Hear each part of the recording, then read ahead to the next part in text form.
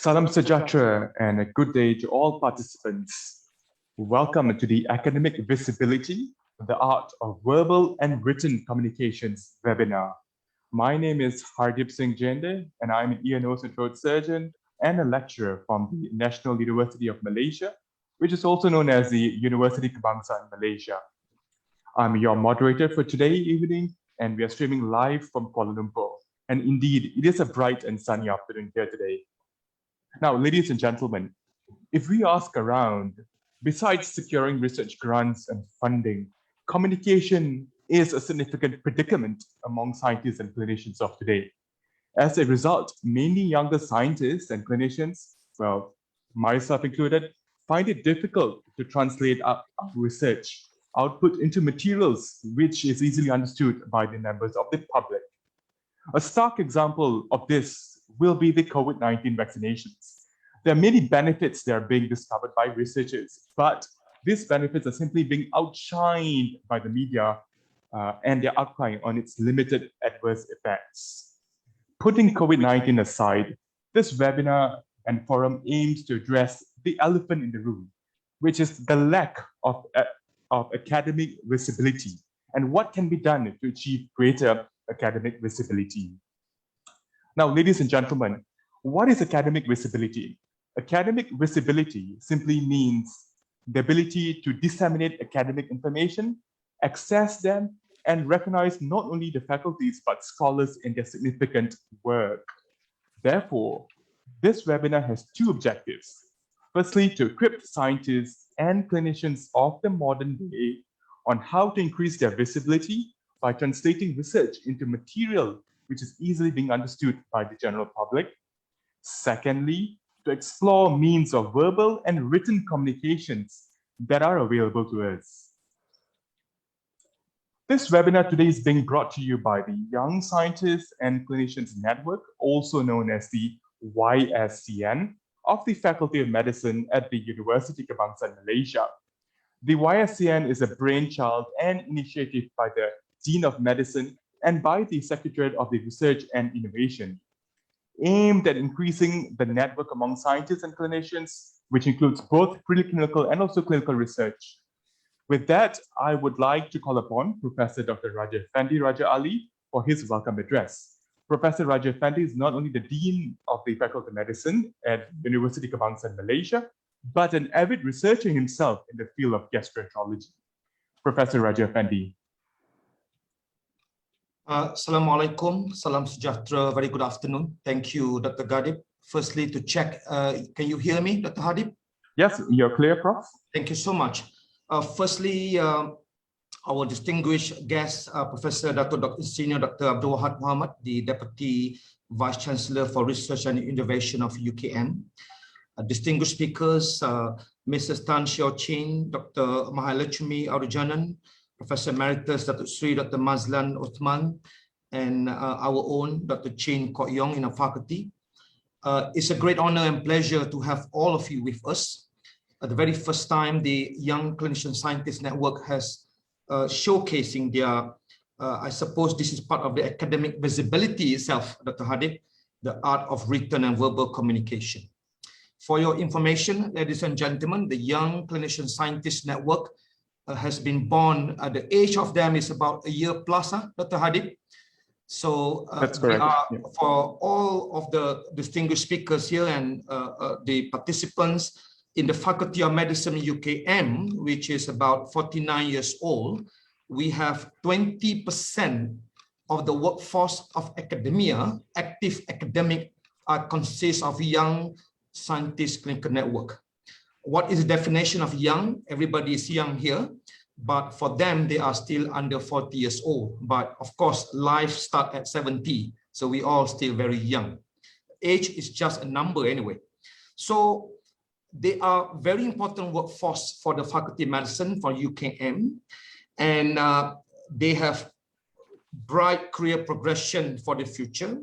The purpose of developing this network is one of the objectives is to increase their crosstalk between clinician and scientists so they can give synergistic effect to the faculty and also to the UKM. And in fact, they should plan their career from now, becoming associate professor, and then thinking of what is his or her niche, so that in many, many years to come, they have actually a title already for their inaugural lectures or Syarham Perdana, follow their niche. And becoming great key opinion leaders in the academic world. We want to be as visible as Prof. Dr. Wahab, Prof. Emeritus Dr. Mazlan, to the eyes not only in the Malaysian shore, but also abroad. We are the key opinion leaders in respective field. So the objective of this is very clear. We want to get our young scientists and network to start from now, think about your niche at the very early stage.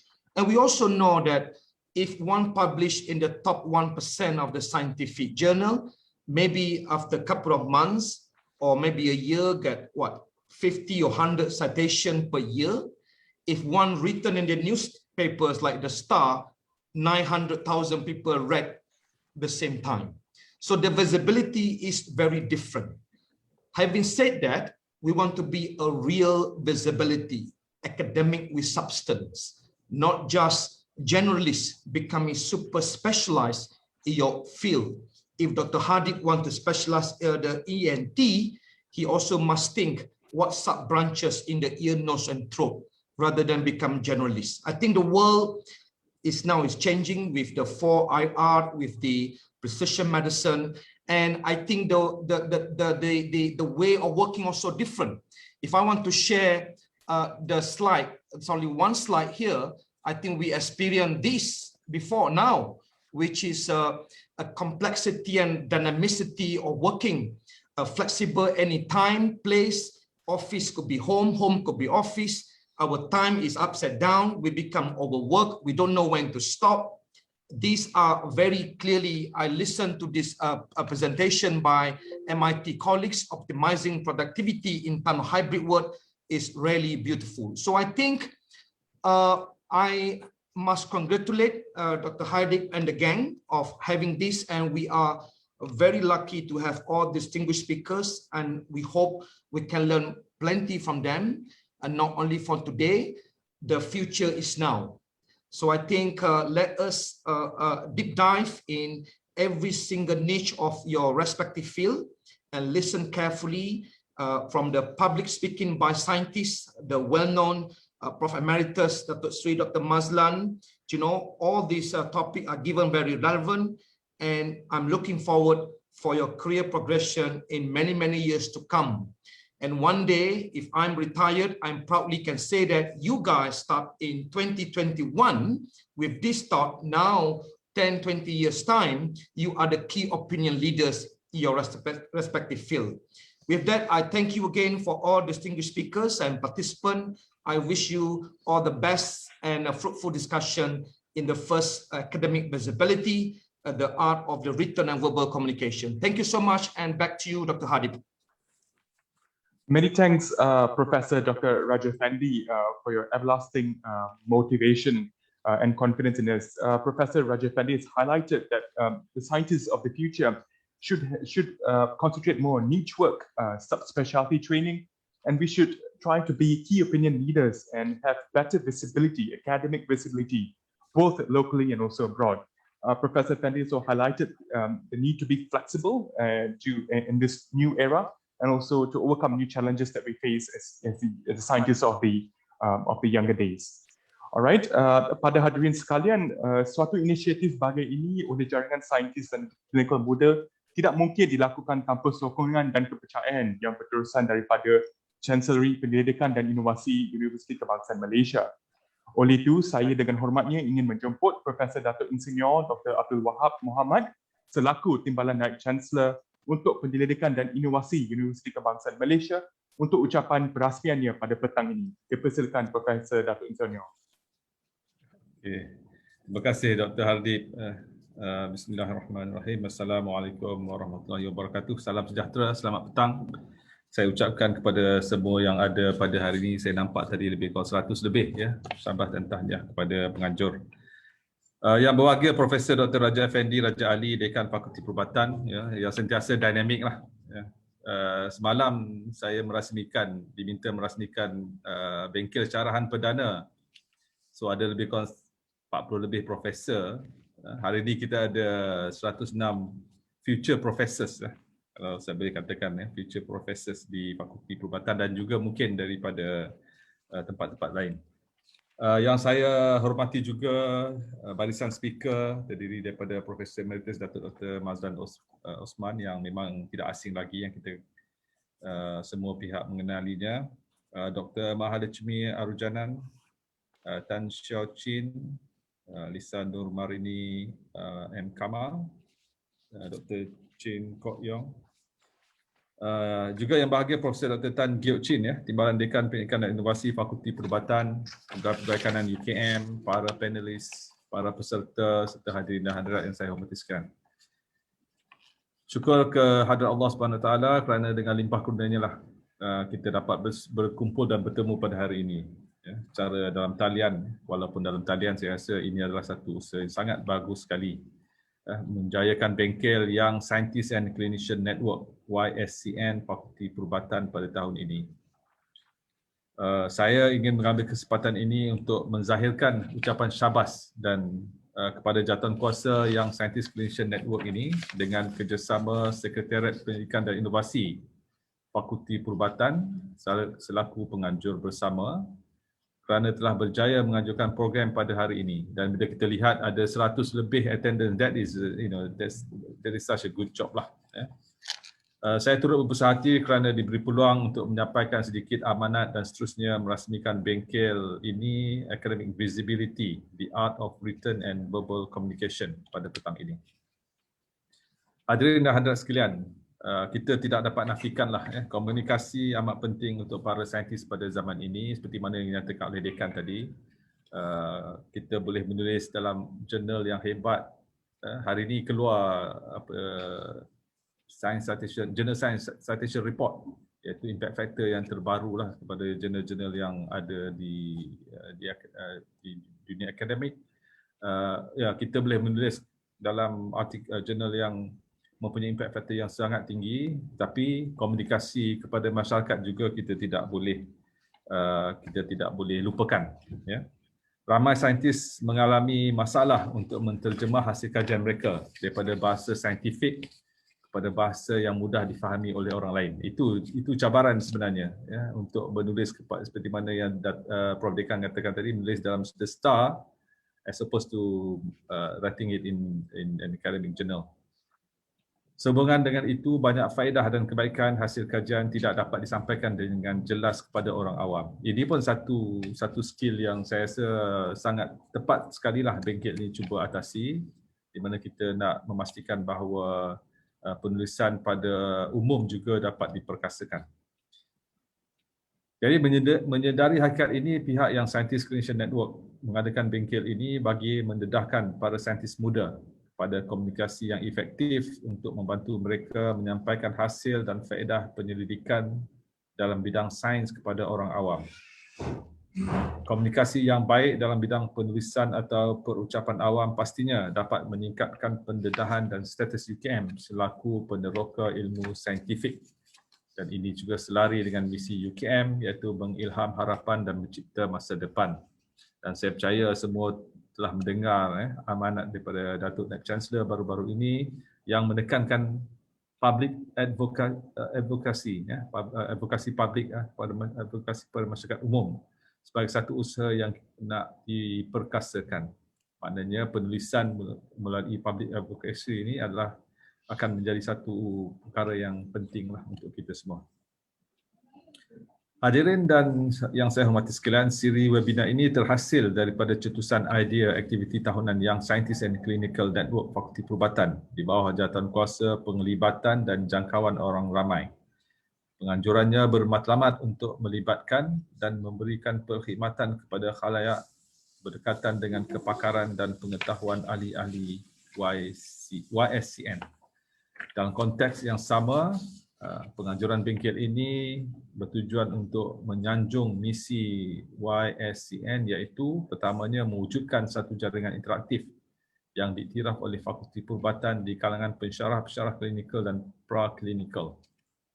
Keduanya memperkasa kemahiran dan kebolehan pensyarah melalui latihan dan seminar pengurusan kendiri yang lebih mampan. Ini akan membentuk satu kumpulan perintis penyelidik yang lebih fokus, membincangkan topik-topik kajian yang sepadan dan seterusnya dapat melakukan kolaborasi dengan lebih kerap dan jitu. Sehubungan dengan itu, saya amat berharap bengkel hari ini dapat mencapai objektifnya seperti mana yang dinyatakan oleh Dr. Habib tadi. Ya. Pertamanya, mendedahkan perkembangan terbaru dalam bidang penulisan saintifik di kalangan pensyarah di Fakulti Perubatan UKM. Keduanya, belajar dan melatih penulisan popular dalam kalangan pensyarah di Fakulti Perubatan UKM. Dan untuk publik, ya, penulisan mengenai kesihatan, mengenai sakit-sakit ini memang sangat popular. Kami di kejuruteraan mungkin tak ramai sangat yang berminat, bukan semua topik yang publik berminat, tapi di perubatan ni saya percaya tulis mengenai sakit apa pun semua masyarakat akan berminat untuk mengetahuinya. So itu adalah satu perkara yang sangat penting. Tujuan lain juga ialah untuk mengajar dan melatih pensyarah-pensyarah dalam bidang public speaking dan akhirnya mendedahkan kepada para saintis strategi untuk menerbitkan buku berstatus antarabangsa yang boleh memenangi anugerah. Di kesempatan ini, saya ingin mengucapkan tahniah dan syabas sekali lagi kepada pihak Fakulti Perubatan kerana telah berjaya melaksanakan program ini secara dalam talian. Yang saya daripada attendance hari inilah kita dapat lihatlah sambutan yang amat menggalakkan daripada penyelidik dan saintis muda. Saya yakin ahli-ahli panel yang telah dijemput, ya, terdiri daripada saintis dari institusi awam dan UKM yang sangat berpengalaman, pastinya dapat memberikan perbincangan secara menyeluruh kepada peserta-peserta pada hari ini. Jadi dengan adanya bengkel ini, walaupun kita berada dalam situasi yang genting akibat pandemik COVID-19, pihak fakulti ternyata mampu menggerakkan tenaga kerja untuk lebih kreatif dan inovatif dalam penyampaian dan perkongsian semua program dan aktiviti penyelidikan dengan penyelidik dan saintis muda. Akhir kata, saya berharap agar usaha ini dapat diteruskan lagi pada masa akan datang untuk mendepani keadaan yang semestinya lebih mencabar. Saya juga berharap agar lebih banyak bengkel seperti ini akan diadakan dari semasa ke semasa untuk kebaikan dan manfaat kepada para saintis muda kita, insya-Allah. Dan saya percaya sebenarnya bengkel seperti ini pun wajar dilakukan, ya, di peringkat antarabangsa untuk melatih mungkin saintis-saintis daripada ASEAN misalnya, ya, Indonesia, Vietnam, Thailand dan sebagainya. Dan itu juga akan menyumbang kepada collaboration between scientists, dan mungkin kita boleh bekerjasama dengan pihak-pihak yang lain juga. Jadi dengan lafaz Bismillahirrahmanirrahim, saya dengan sukacitanya merasmikan bengkel Academic Visibility, The Art of Written and Verbal Communication. Sekian, wabillahi taufiq wal hidayah. Wassalamualaikum warahmatullahi wabarakatuh. Terima kasih. Terima kasih Profesor Datuk Insinyur Dr. Abdul Wahab atas perasmian dan juga faedah-faedah jaringan saintis muda Fakulti Perubatan ini. Saya ingin meminta izin untuk beralih ke bahasa Inggeris bagi faedah peserta webinar dari luar negara. So ladies and gentlemen, before we proceed, just a few housekeeping reminders. All participants will have their cameras turned off and microphones muted to minimize the bandwidth usage. Questions can be posted at the Q&A tab. Only the first speaker of the day, the questions and answers session will be made available just after the talk. Otherwise, we will have a half an hour forum and also discussion at the end to address your questions. This webinar for today will also be broadcasted via Facebook Live on the Faculty of Medicine's webpage for the non-university participants. So besides the 100 over participants that we've got on the platform today, we've got also non-university participants joining us via the Facebook Live platform. Now, ladies and gentlemen, our first speaker of the day is an astrophysicist who is passionate in building awareness and understanding space science and making us aware of how it has the power to change the way we look at the universe. What makes her great in the job? Well, she passed the opportunity to study medicine at her younger days and became the first woman to earn a PhD in physics from the University of Otago in New Zealand. She was also the first astrophysicist in Malaysia. Realizing the importance of space science education, She wrote the first curriculum in astrophysics in Malaysia. She held significant positions, including being the director of the United Nations Office of Outer Space Affairs in Vienna and being the director of the Malaysian Space Agency known as Angkasa. She too was key in building of the Malaysian's first planetarium, a place where all of us have enjoyed learning as a child and communicating with the outer space. Here to discuss that communication is key in the universe and perhaps there are more to communication than what we are aware of. Please welcome Professor Emeritus Dato Sri Dr. Mazlan Othman. Thank you, Hardeep. Everything is fine? You can hear you're me? clear?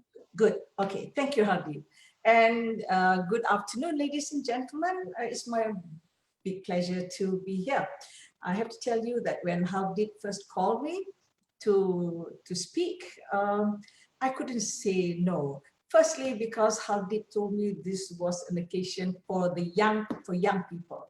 And you know, I never refused to an opportunity to speak to young people. And you'll see the reason why later. And of course, this is UKM.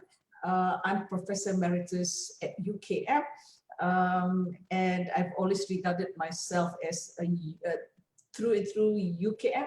I never studied at UKM, but when somebody say one of our own, I hope I can also be considered one of UKM's own. That would be quite an honor for me. Okay, but then I couldn't say no also because Hardeep's father is a good friend of mine. So it's who you know. Anyway, I also indicated to Hardeep that I'm not quite the right person to speak at this training on what do you call this training? Academic visibility, the art of written and verbal communication, a bit of a tall order for me, you know, and you had the right people coming after me. But I thought what I could bring to the table today, and this I told Hardeep, and this is an element of surprise for you too, is to naturally you want to know, and I will highlight the different communication styles that I had to use or to exploit in my career. I'm in my career path serving disparate institutions, and if somebody tells me they want to be what I am through going through what I am, I don't think I can say, you know, you can do that because there's a lot of coincidences and good luck, you know. But I shall, first of all, I don't know, 10 minutes talk to you about that and how I used different styles. Okay, can you put on my first slide, Hardeep?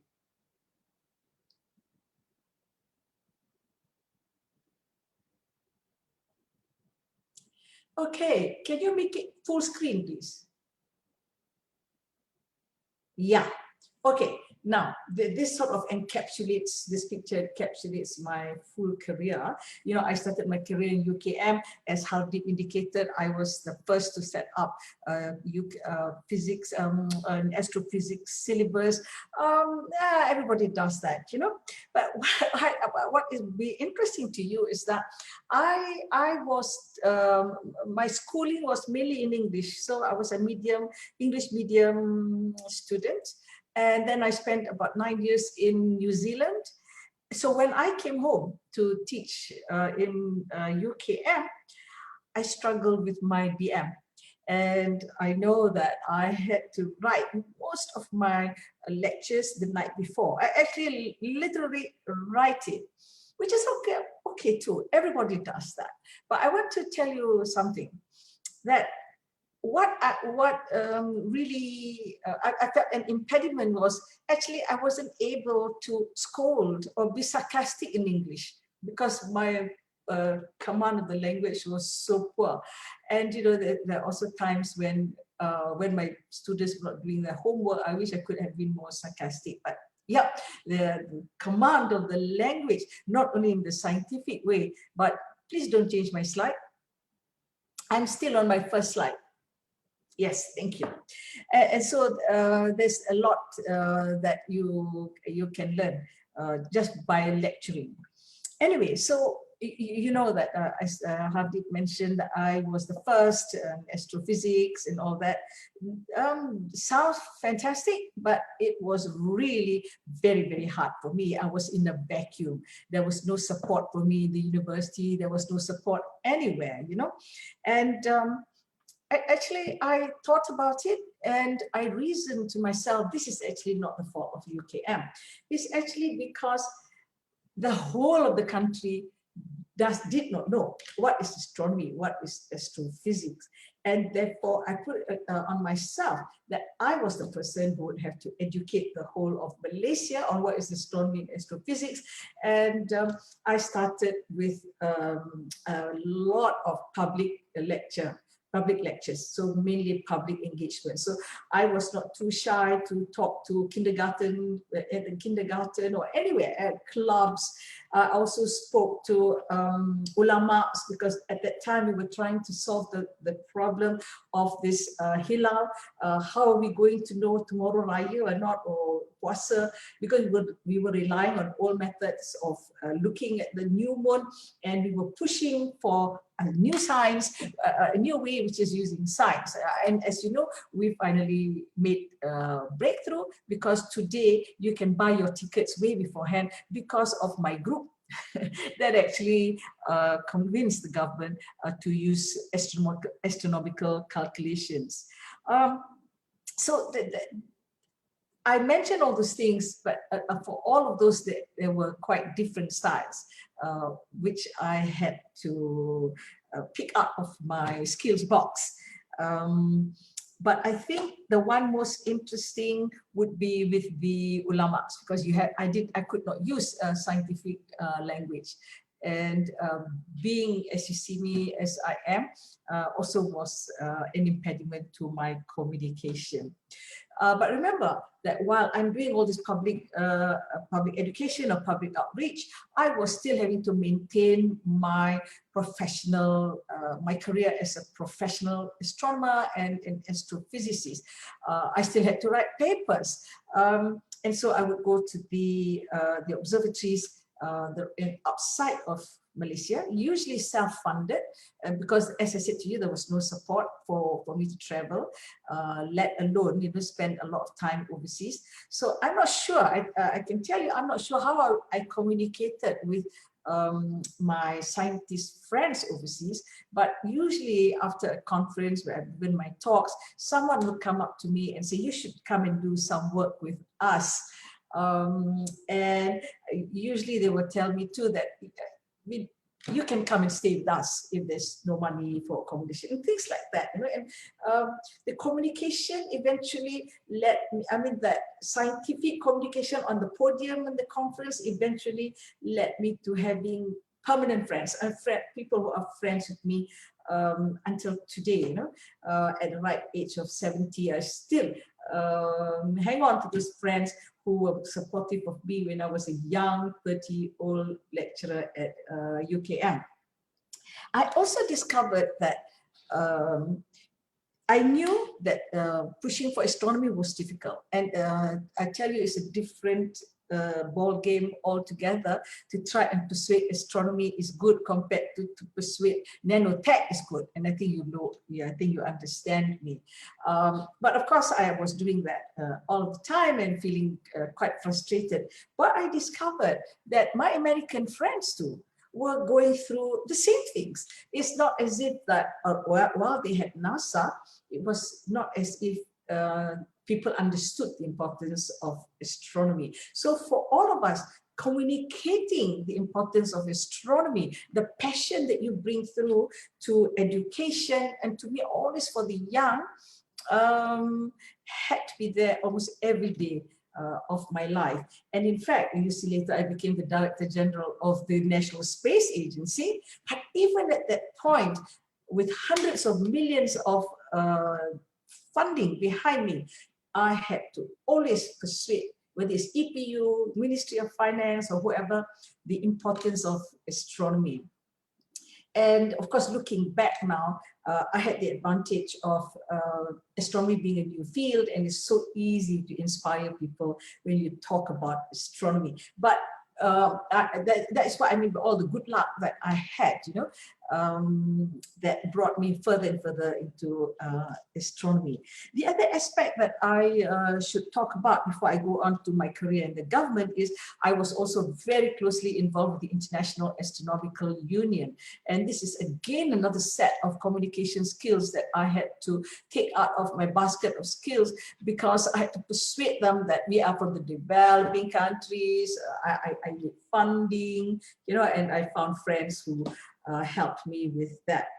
And so with all of that effective, I think now it was effective public outreach or public engagement, I caught the eyes of the politicians. And I was called to the Prime Minister's department to set up the National Planetarium. So there was then the public engagement, of course there was a student engagement, public engagement, and now I was into political engagement, which, you know, quite interesting too, but I had all the luck in the world because Tun Mahathir was the Prime Minister, and he was that visionary, the 1 in a billion visionary that, you know, you could relate to. And all of my communication became so easy just by relating to the Vision 2020, for instance, and to the vision of Mahathir himself. So that's why I say it's a combination of hard work and luck as well. I had luck. My luck was Mahathir was in the path of my career, that star there, you know, in my sky. Then, because I was in the Prime Minister's office, I was often instructed to represent the country at the United Nations. So we go now to the United Nations. And so I always had to make statements. And of course, I network, you know, at the cocktails and all that. And never underestimate the value of going to cocktails. I always tell my young colleagues who like to stay in their room immediately after a meeting, but almost all the negotiations that take place are at those cocktails. But that's another story, I think. And so I got noticed again by another group of people, and I was headhunted to become the director of the Office for Outer Space Affairs when there was a vacancy. And the first thing that I said when when our ambassador called me from New York, I said, no, of course, I can't take that position.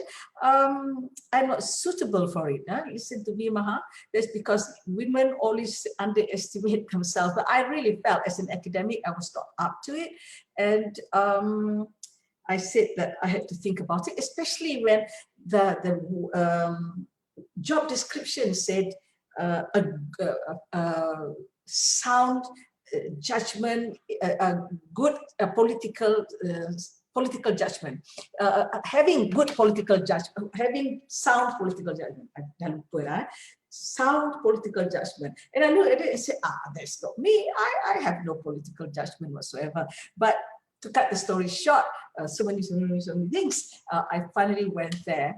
And you know what? When I got there, I totally enjoyed myself, and I had a career of about almost 10 years at the UN, and I can tell you that I think political judgment was one of my strong points, and being a senior diplomat was actually the tip of my career, not so much being a lecturer, and maybe not as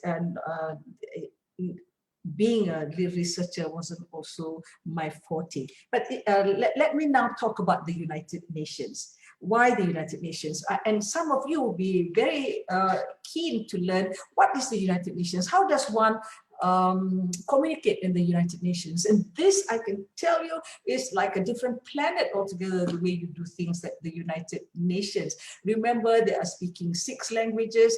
Of course, the EU speaks 22. But the United Nations nevertheless speaks 6 languages. And remember, there are 193 nations made up from all the different races, breed, whatever you want to call it, they're all there, you know. So imagine having to write, to speak to all of that. Speaking, I will speak that's all about a minute. But in writing, you will see most of the documents where you will have something on writing, how to write for the UN. In fact, I was thinking I would contact my all UN friends and get them to run a workshop on how to write for the UN. Because some of you are, I'm sure, very keen to have an international career. And if you can write like they write for the UN, I think that will be a feather in your cap. So the writing in UN is dry, you know, it's neutral, it's exactly to the point, and actually leaves no room for wiggling. But I can tell you something. There is also language which leaves a lot of room for wiggling. There are two, it's contradictory. Sometimes the countries want no wiggling. I just want to know what I want to do. I have to do that. But there are times in another document, another treaty, in another convention, they want to have lots of wiggling because they don't want to do anything actually. So because we work by consensus, and to say no all the time actually makes you look like a bad boy. And so rather than keep saying no, they try to change the language so that they can decide what to do with the language when they get back to their capital. That's what I mean by negotiating, so that a language that leaves you lots of wiggle room. And on the other hand, negotiating for something that leaves no wiggle room for anybody else, for you or anybody else. So that's a big skill that you can learn, and you will learn once you are in the United Nations. Now, I don't know, my clock has stopped, you know. How much longer do I have, Hadi? We have approximately 20 minutes. 20 minutes, good. Okay, yeah. So, all right, I think that's good, because I thought I'll speak for the first 20 minutes about the things that really matter to you. Then I have to tell you that when I was in the UN, I spoke to presidents from, you know, of all countries, from far-flung countries like Rwanda, and I would go to, you know, all these exotic countries, and everybody expects that if I go to Israel in this 1 year, Iran will make sure that I go to Iran in the next few months, so that I will, and I know I have to, because I have to look neutral. So these are the tug of war that I was always going through. China versus India, the US versus China. Okay, it's one topic, that is topic by itself. But what I would say to you is that, okay, I had to talk to all those presidents, and but the one thing that I hadn't expected to do was to talk to far-flung places, to aliens. And this is what I'm going to tell you about, because when you talk about aliens, because I will justify to you why you need to do that, is because you have to think again about what we are as humans. So I'd like to change slides at this stage, please. So what is that language of the universe? And I like to, so when I think some of you might have heard or know that when I was in the UN, I was also, they said that I was the UN ambassador for aliens. It is a nice joke, actually, but it was actually quite interesting for me, because it meant that I could bring people to a different level of engagement. Because in me having the idea that I was the ambassador for aliens, usually means that there is a sort of interstellar messaging or interstellar communication that I must do. And I actually got with a group of people at the Royal Society of the UK, of all people. They were celebrating 350 years of the UK Royal Society. You know, Newton and all that were members. And here they were talking about communication with extraterrestrials. Why? Because it's highly scientific, highly philosophical subject, something that the Royal Society thought they could push. Anyway, in designing an interstellar messages, actually, think about it, we have to look out at ourselves as what makes us human. And there are certain things I'm going to tell you in a few minutes. It's relevant to the messages you give out or how you communicate in whatever form. So, but first, let us look at the linguistic gap. Now, what are the linguistic gaps? We almost certainly don't share any of the reference points that we normally rely on for language. For instance, I told you I was talking to the president of Rwanda. Suppose I sent him a message to say, my grandmother died, funeral Tuesday. He would know exactly what I mean, but with a different continent, different culture, different race, he would know everything I said. But then you see, if I sent that message to an alien, he wouldn't know what the heck I'm talking about. Because first of all, he will have to understand, I have a grandmother. Grandmother means there is a series of reproduction process. And you know, they could not, maybe the alien doesn't know what reproduction, because they don't reproduce in that manner, in the way that we do. And dead. So maybe they don't die. Maybe they just, what is it called? Divide and they carry on. And there's no such thing as death. And then there's the funeral. I said funeral, that means we celebrate death. Now, why would we celebrate death? That's not quite a culture, on Earth we do, but maybe aliens don't. Celebrating and Tuesday, I said. So that means that we are fixed within a time, a day, a week, a month, a year, and maybe they don't have that sort of thing. So just that very small message, grandmother died, funeral Tuesday, is laden with all kinds of background, information, culture, and all that. So that's why I say to you, I know I'm thinking about how do we communicate with aliens, but remember at this lower level, your language may not be able to communicate what you really want. This means that, as I said before, we cannot understand each other because we don't share what we call the same reference points. Okay, this is important. Sharing the same reference points is very important in communicating. Communicating is you get your message across. You know, it's not just speaking. I'll come back to this because this is one of the most vital points about communication. The second is that, of course, as we know, alien language could take any number of unintelligible forms. One of my favorite science fiction is Arrival, where she was trying to communicate with the alien, and it was a totally different kind of communication. In the end, she got it through trying to understand and communicating in various other ways.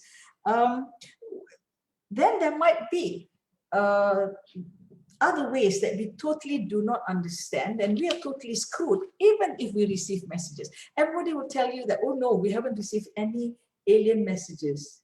Is that right? Are you sure? Or is it just because we do not understand those messages?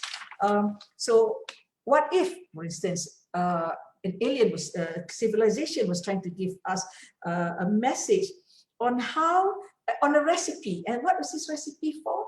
Is to create something that will indicate what they are and perhaps also speak with us. And we don't know what the recipe is. So again, we are screwed because we don't know what that communication is. So many things have to be in place before we can communicate and convey the message that we want.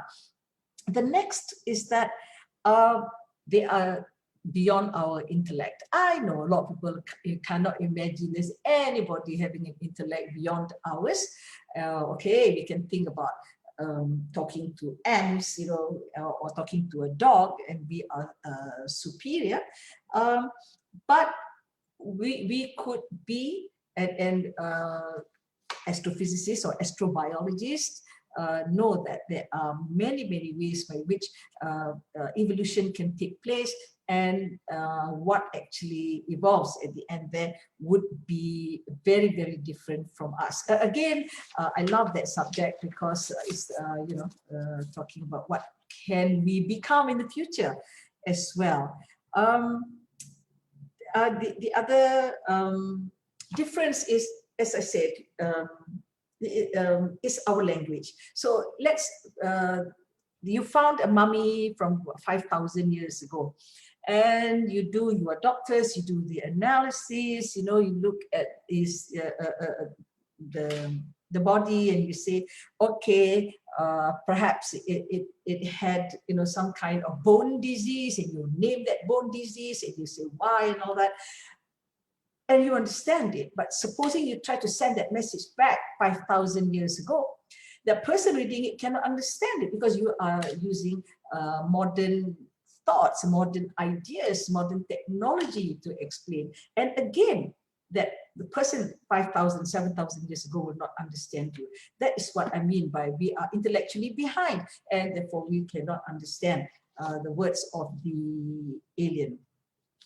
Now, let's go back to that point that I tried to make, and that is, in order to communicate and use that language to communicate effectively, we need a language where we share some reference points. Okay, now this is where I get to the meat of what I want to say next. Okay, now if we want to communicate what we are, how do we what do we communicate? We are a species of about nearly, I'm told, 7,000 languages, some with dialects lagi. And then there are languages between the species. The dolphins speak, the birds sing, and they're all communicating, and we don't understand that at all. We have failed to understand. And therefore, it is not unreasonable to assume that the alien language is different. And by the way, but they look different as well. I'm very, very disappointed whenever somebody depicts an alien.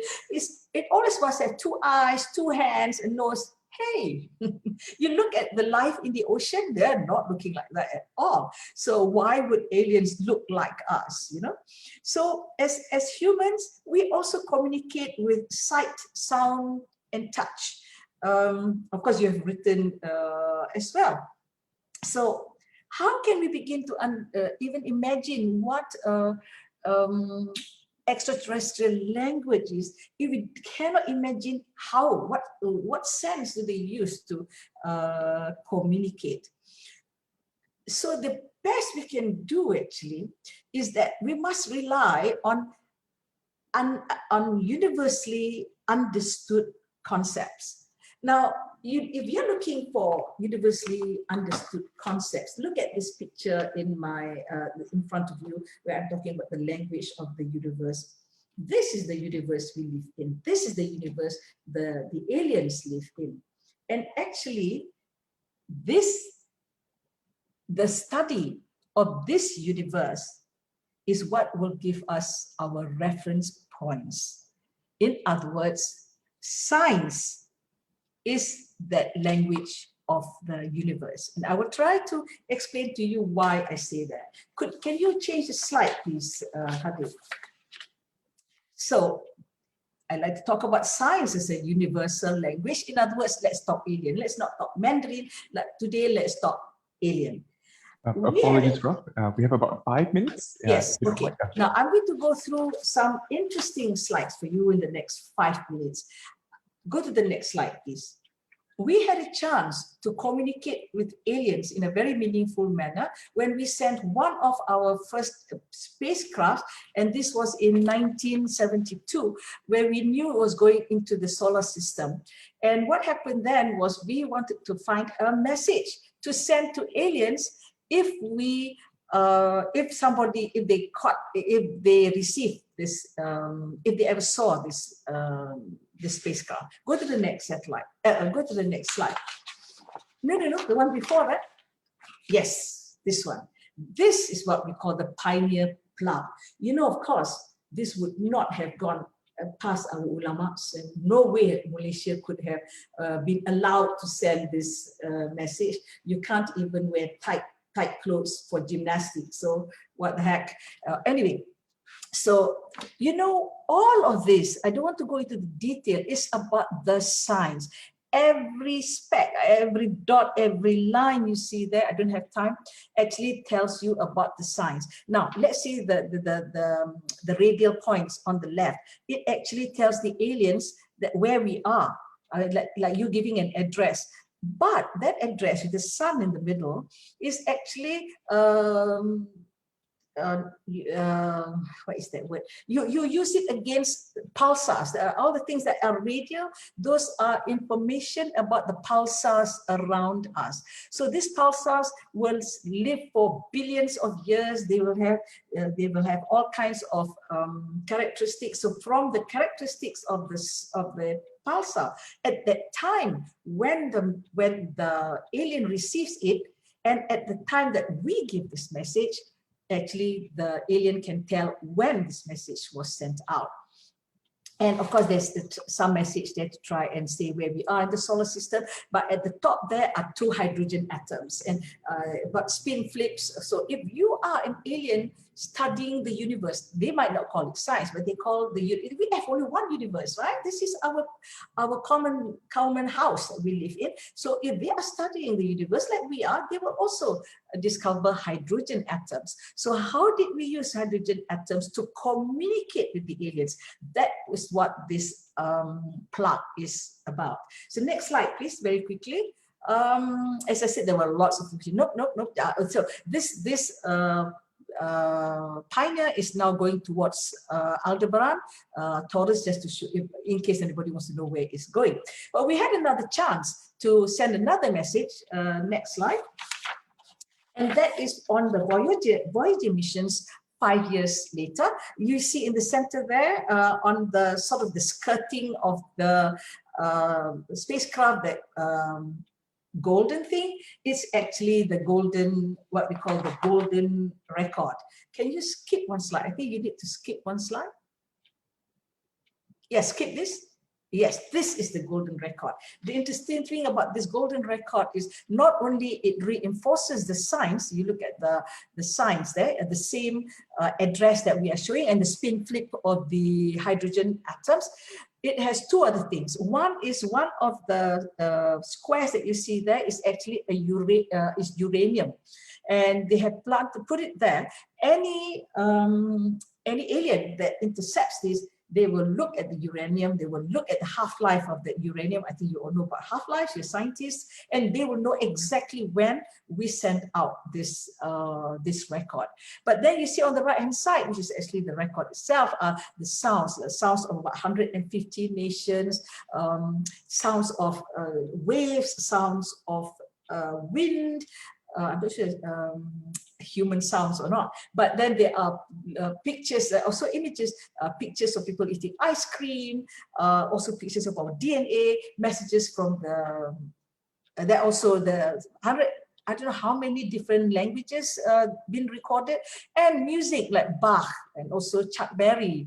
I don't know ada lagu Melayu tidak, but we were never involved in space at that time, and so it's unlikely that they would have asked us for something like this. But this is the reason why we need to engage at the international level, you know, because they will say, we know Malaysia, let's get some sounds from Malaysia.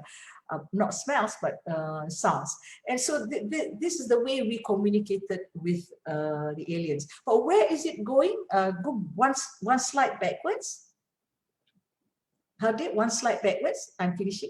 So here it is heading towards Sagittarius. And I find this so exciting because it is heading towards the center of our galaxy. And you know, the center of our galaxy is where this huge black hole is, and there's so many stars, billions of planets, many of which we know can harbor life. Not like ours maybe, but still harbor life.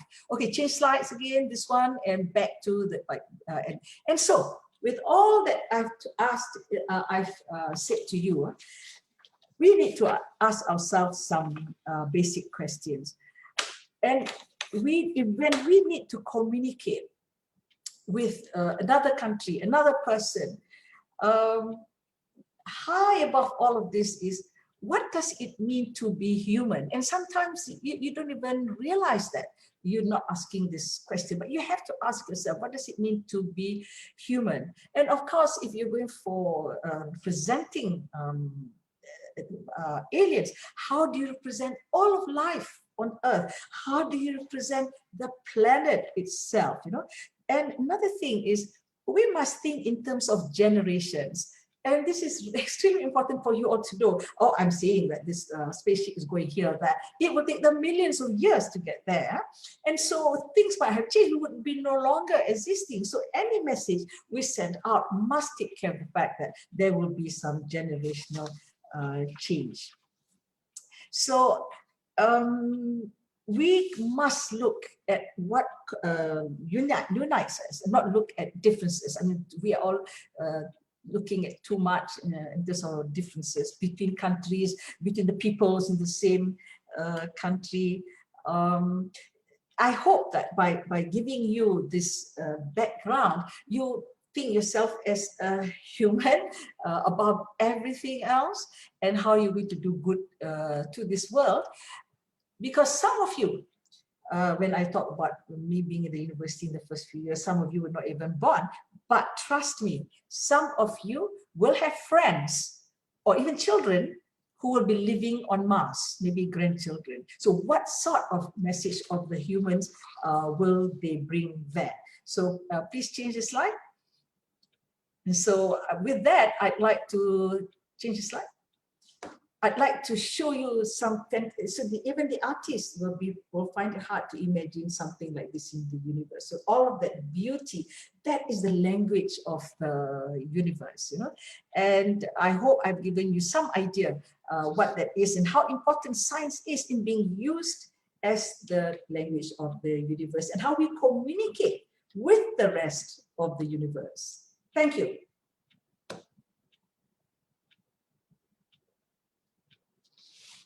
Thank you very much, Professor Mazlan.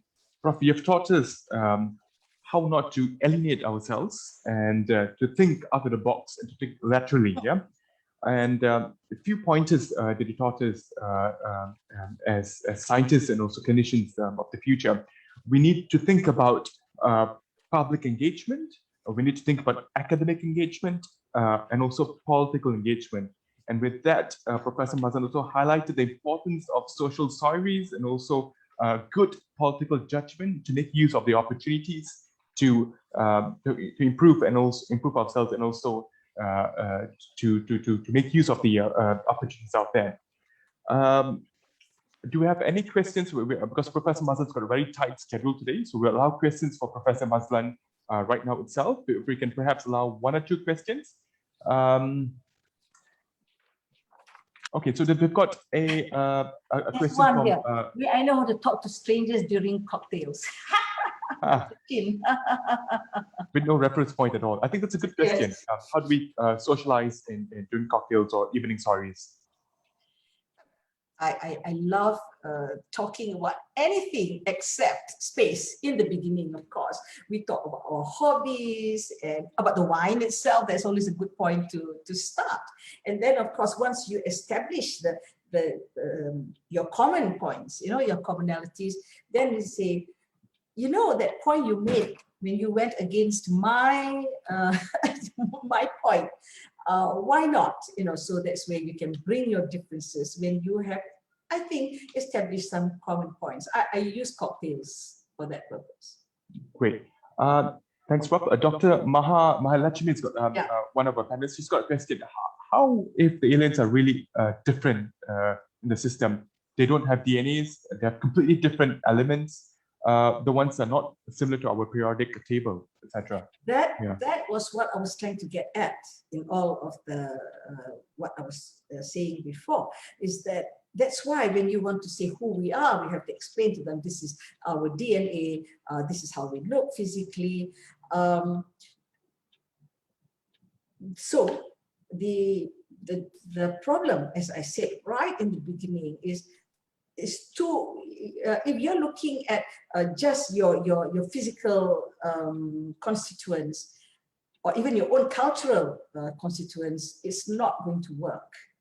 The only thing that unites us in the reference, using reference points, that all of us in the universe, in this, the physical universe that we see today, are the universe that we study, the hydrogen atoms, the structure of the galaxies. Everybody will have to study that. And if you are a civilization that is trying to build your technology, for sure you'll be studying the universe, because you will have to get your energy from the universe. And you cannot run away from the fact that you have to study hydrogen atoms. And that's where we start. So you see that that was Carl Sagan who formulated that message, the first message. We start with the hydrogen atom. That is how we're going to have to communicate, regardless of what we are, what we consist of. Even I foresee civilization in the future, billions years old. We are only a few hundred thousand years old, but if you are a billion years old in terms of civilization, I think we want to do away with this body. Good grief, it's getting old, you know. I cannot do what I want. I want to go to Everest and I can't. But if, you know, I exist in some energy form, what do I care about my physical form? So eventually, to me, the ultimate in the evolution is for something that we only exist as a form of energy, and all the energy is around us. You know, we call it dark energy, but that's a different story. But that's a story of a whole story to tell on next time. Thank you very much, Professor Mazlan. Yes, that's indeed a good thought. What's afterlife? Do we appear as an energy form? Yeah, and also Professor Mazlan has highlighted that we, all this while, we've taken communication for granted. There might be other beings out there who may have a different form or mode of communication, which is different from us. And I think in the lecture slides just now, Professor Mazlan has also shared with us the power of a picture. Yeah, a picture speaks 1,000 words, and it's also a good means of communication. All right. Once again, thank you very much, Professor Mazlan, for sharing your ideas and thoughts with us today, for enlightening us about what, you know, how broad can communication go. Yes, thank you for listening to me and tolerating this out of the box, wild, you know, ideas. Thank you. It's our pleasure. All right, ladies and gentlemen. Sorry. Okay, so ladies and gentlemen, our next speaker is someone who has been working relentlessly to create an awareness in biotechnology in Malaysia. Being a strong believer that science should reach the public, she founded the first science newspaper in Malaysia called The Petri Dish, which is now has an online portal also. In her efforts to promote the importance of science communication, she attained her PhD in the very same in 2013. She's today the Global Coordinator of International Service for the Acquisition of Agrobiotechnology Applications, ISA, and the Director of the Malaysian Biotechnology Information Center, MABIC. And not to mention being the 100 most influential people in the field of biotechnology. Here to share her take on the conventional bucket list of communication skills among scientists, please welcome Dr. Mahalakshmi Arujanan. Thank you so much, Dr. Hardip, and thank you, UKM, for the invitation. It's really an honor. And I'm so happy as a science communicator. I'm always so happy that science communication is at least being brought forward, because it's really important. So I'm not going to speak so much. I'm going to allow my slides to speak, and I'm not going to take you to outer space like what Dato' Mazlan did. And I hope to bring you back to the ground and see what we can do. You know, she is a legend. So I hope you find my presentation useful and as exciting as well. So how can we make effective communication for clinicians and researchers? Now, the principles are the same, whether you're a clinician or researchers working in any field. Of course, my focus is biotechnology, because that's what I'm trained for. My PhD in science communication, my master's in biotechnology. So when I communicate, it's more biotechnology, and all my engagements are also in biotechnology. But then as Dr. Hardip was saying, the Petri dish, we try to bring in all other sciences as well. I liked what our Deputy Vice Chancellor was saying, that for engineers, it's really tough. I completely agree with you. And the mainstream media likes medical healthcare because that's what is relevant to everyday life, to everyone. So for engineers to make your stories relevant to the public is difficult, but I will not say it's impossible.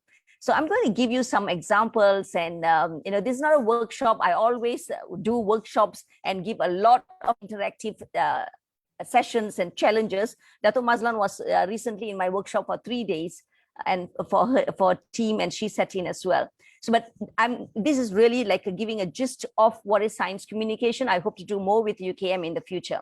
So I'll start with the basics of science communication and understanding target audience. This is Sir Mark Walport. He was the former UK Chief Scientific Advisor. And he says, science isn't finished until it is communicated. And the communication to wider audience is part of being a scientist or a clinician. And so how you communicate is absolutely vital. Now, as a science communicator, I must say, sometimes I'm very sad because scientists or researchers or clinicians who are in research, they think that being in the lab, publishing, doing so much of research, supervising students, this is their job. But then it is so important, like what Sir Walport says, that the job is not done until the research is communicated and the impact is felt by the wider audience who are non-technical people.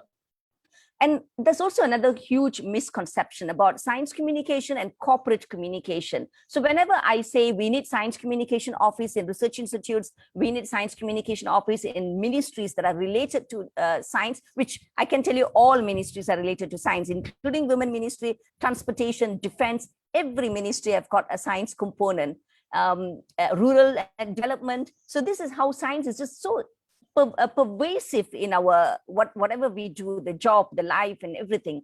So let's just see what is science communication. First of all, science communication is not when you go to an international conference, a national conference on microbiology, on gastrointestine, or all the scientific conference. It is not about talking to your peers. It is about talking science to non-experts. And I can also go deeper into non-experts. Who is a non-expert?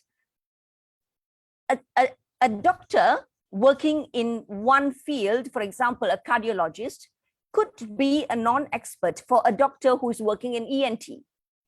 So again, of course, they will understand better compared to speaking to a completely non-science background person, but still there are things that these two people have to make each other understand better. So, but if you bring it down, science communication to even lower, science communication is about speaking about science to completely non-technical experts. But as I said, it could be, you could be technical, speaking to the Deputy Vice Chancellor about microbiology and he speaking to us about engineering are completely two different languages. So both of us could be, we are actually non-experts. I'm a non-expert in this field. He's a non-expert in biosciences, for example. So, Dr. Maha, if you don't mind just sharing your slides. Yeah. Are you seeing my slide? No, we're not seeing the slides yet. Oh my, okay. Okay, let me. No worries. Okay, I thought I shared. Okay. Oh yeah, I have not shared my slides. All right. Good that you told me very early. Let me know if you are now seeing my slide. Yep, we can see your slide now. Okay. So well, this is, I told you about Sir Mark Walport. So that was my second slide. Yes, yeah. So we are here now. So public understanding of science is how can we raise public understanding of science? How can we raise public awareness of science, appreciation and acceptance? And again, all these things are different because I may be aware. Yes, I'm aware about engineering. I know some of the concepts in engineering, but do I really understand? Maybe not. And even if I understand, do I appreciate it?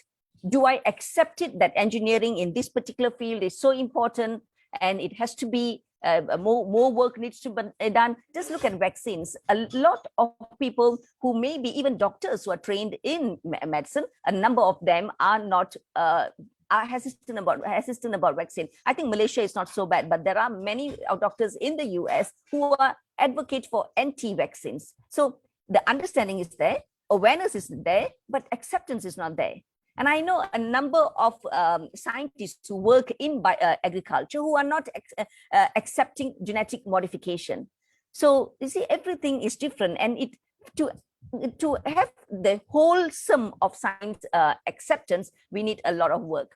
Now, what's the difference between corporate communication? And every time I suggest that we need more science communicators in universities, in research institutes, in the ministry, I get, oh, we have got the corporate communication. Now, corporate communication does not talk about science. They talk about the branding of the institute. UKM is good for this, or UPM is good for this. So every institute is branded in a very niche, unique way.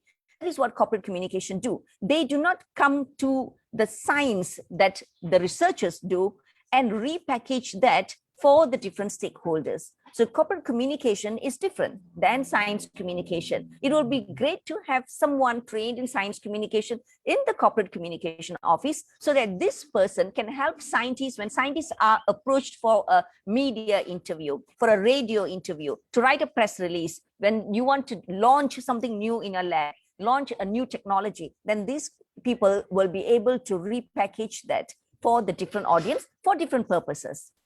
So I hope I just brought some different, what is science communication and why we need science communication, and not just completely rely on corporate communication.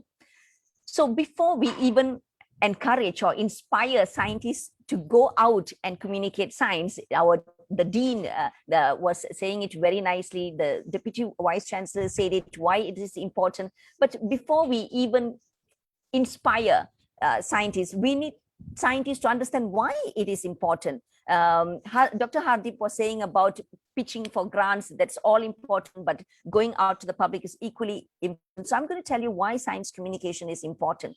Number one, I always ask my audience, can you name one country in the world which has achieved the OECD status, which means it's a developed nation, but their S&T is not, STI is not really top-notch, and they do not pay so much of attention to STI, science, technology, innovation. Now, we can hardly think about many, in fact, hardly there are countries like that.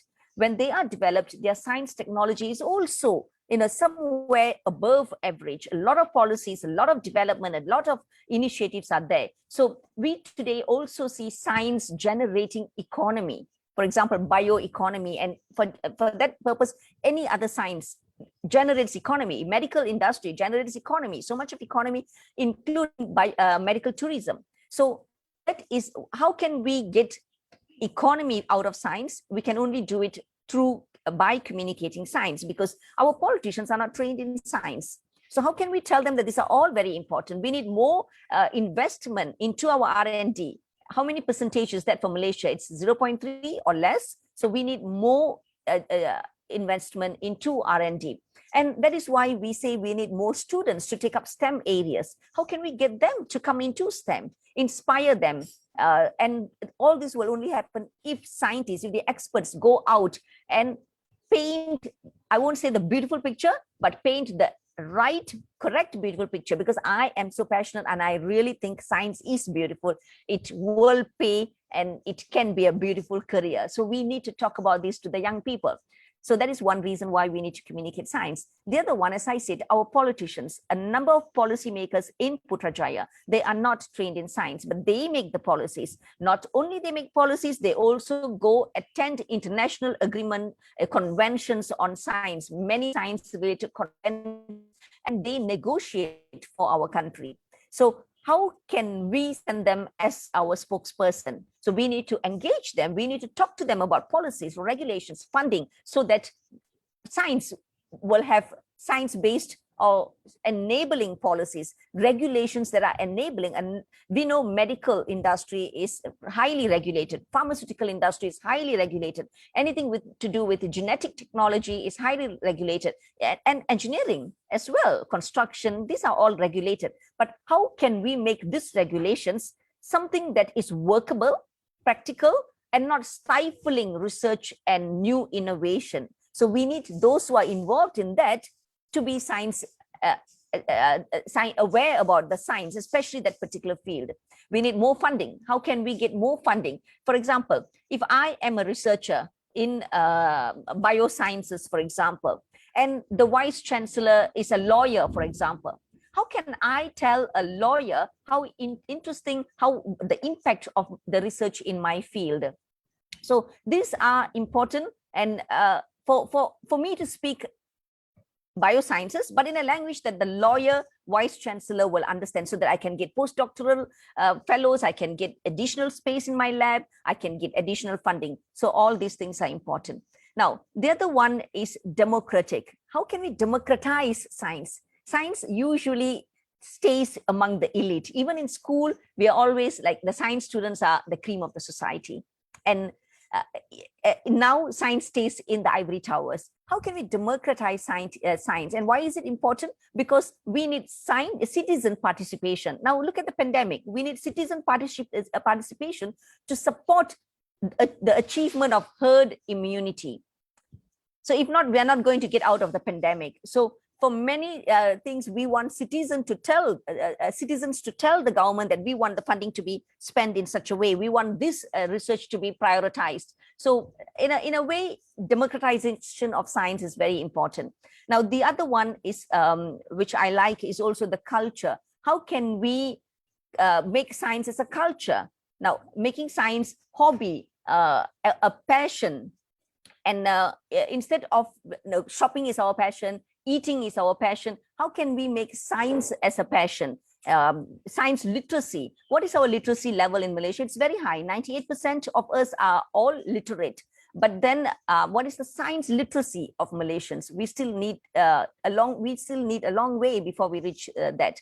How can we have more science theaters, science museums, and more science centers? And we want our public to go there as their science for their hobby and passion. And the other one is utilitarian, as I mentioned earlier.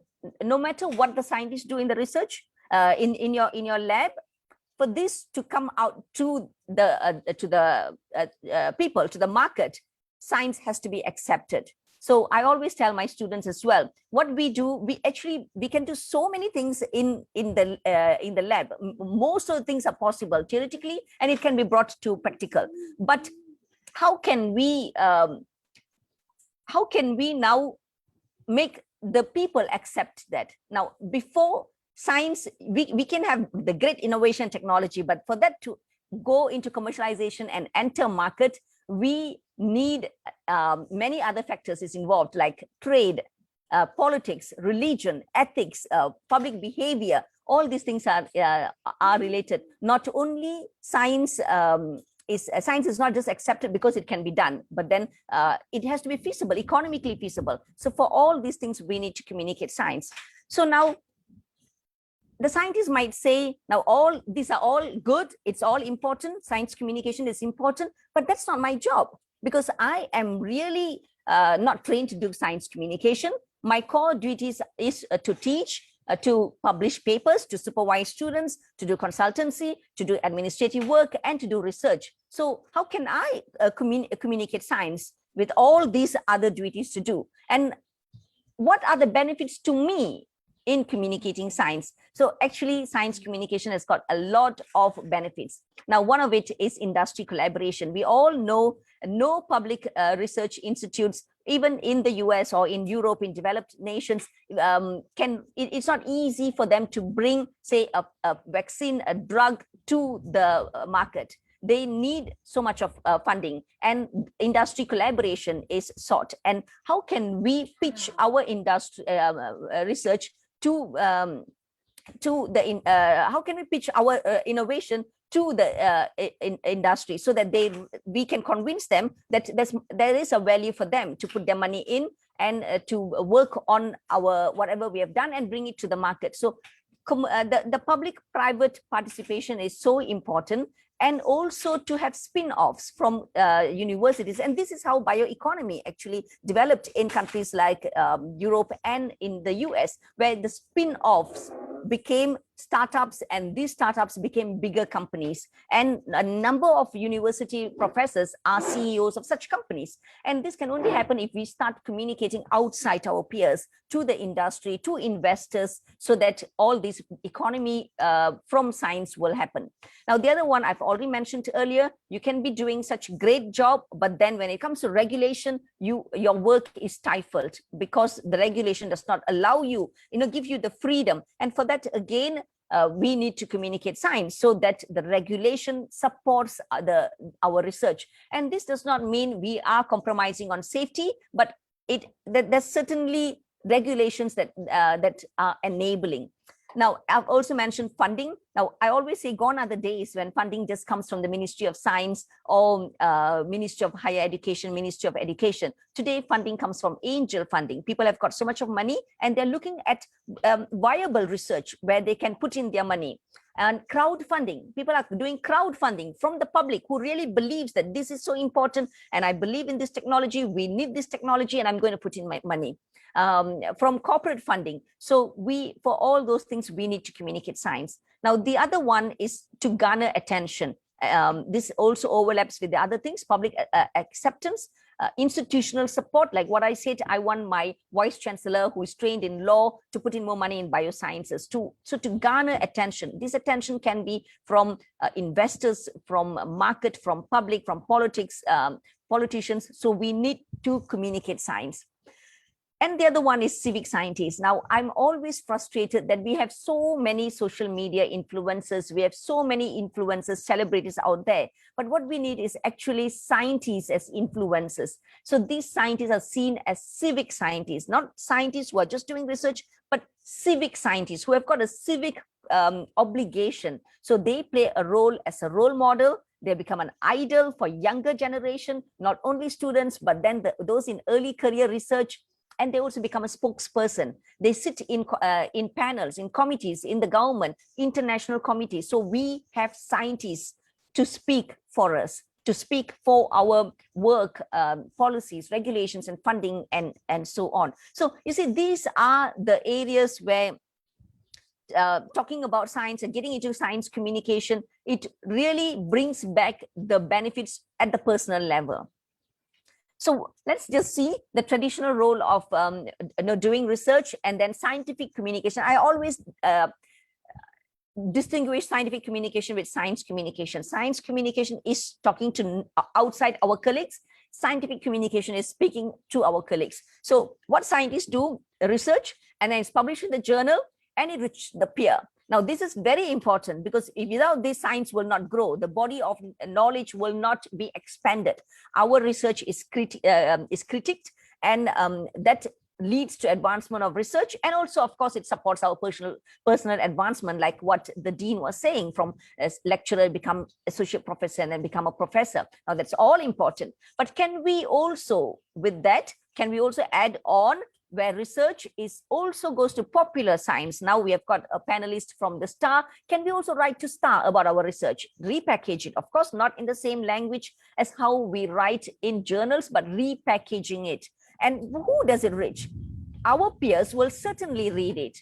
Other scientists outside our field will read it. Now, policymakers, politicians, industry, investors, media, public, students, farmers, religious scholars, they're going to read as well. And the impact is what I mentioned earlier. So this is very important. I really hope to see more scientists coming out doing that. So the first, now that is what we need to do, but how do we do it? So setting the plan, why communicate, now the first thing when we want to decide, we decide that communication is important. Now I'm going to communicate. The first question we have to ask ourselves is, okay, I want to communicate, but why? Why should I communicate? Oh, because I work on genetic modification. I genetically modify crops, and this is still debated in the public. I know my crops are really helpful for the farmers, but the public and the policymakers are not very happy. So I need to communicate. So you see, that is the aim. So now that I know why I want to communicate, now, okay, what is that you want to communicate? I want to communicate about the safety of genetically modified crops. I want to communicate about the impact and the loss of opportunity if we don't have genetically modified crops. How are we going to combat climate change, sustainable farming, and the growing population. So that's what I want to communicate. Okay, fine. To whom? Oh, I want to communicate to the public. I want to communicate to the regulators, to the policymakers. At least that for now. But of course, like me, I communicate to farmers, I communicate to politicians, I communicate to students, but we can confine our communication plan in a first phase, second phase, and whenever it is necessary, we add in new aim, new objective, and new messages. So this is what we first have to do. Setting up our plan. Why do I want to communicate? What is that I want to communicate? To whom do I want to communicate? Now, when I know this, then I develop my messages, because my messages will be different for different audiences. So who am I trying to reach out? That is the first question. Now, every time I get a speaking engagement, when people invite me to speak, my first question is, who are the target audience? Because my slides have to be customized according to the target audience. I cannot take my slides and use them everywhere for every stakeholders. It does not work. So who am I trying to reach? Now, why am I trying to reach to these people?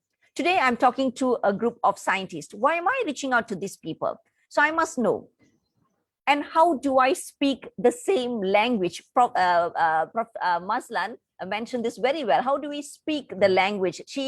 They are even doing work to speak to aliens, but how do we speak the same language? A language of a farmer, a language of politicians, a language of students, a language of media. They are all different. How do we speak that? Now, this is important for me to repackage my messages. Now, we must also understand target audience. The public is really a heterogeneous group. So I personally speak to regulators, public, NGOs, students, donors, religious scholars, scientists, policymakers, media, patients, so many people. So, and now if I divide my public, the public itself is a heterogeneous group, because there are public who are attentive. Vaccine, for example, yeah, I want to listen to vaccine. Then there are public who are concerned. I want to wait and see. I'm not too sure. And there are public who are completely disinterested. I don't want to hear anything about vaccines. And the public who are really interested. I'm waiting for my vaccine. And there are also those critics who, create all kinds of problems for us, like fear mongering, pseudoscience, fake news, and they just make our lives so difficult. So you see, even the public can be divided into so many subgroups. The same with NGOs. There are NGOs who are pro-science. There are NGOs who are completely anti-science. Students who are interested, not interested. So we can divide like that every other sectors of the public into subgroups. And every time we go to all these people, we must make sure that our language, our messages are relevant to them. So now can you see how science communication is really challenging, but then this is what makes a science communicator's life so interesting, because our life is so not routine. Every day we speak to different people, different messages, different style, different languages. So if I take policymakers, now the first question, if I'm asked to speak to policymakers, I will say, okay, policymakers, now what are their concerns about genetically modified crops? What are the messages relevant to them? And what is the hook? Now I say hook because this is like a pickup line. What is the hook that I can use to start my talk with them so that they stay with me for the next 15 minutes? What is in it for them? Why is that they must know about genetically modified organisms, or for example, vaccines? What style, format, language will be appropriate for them?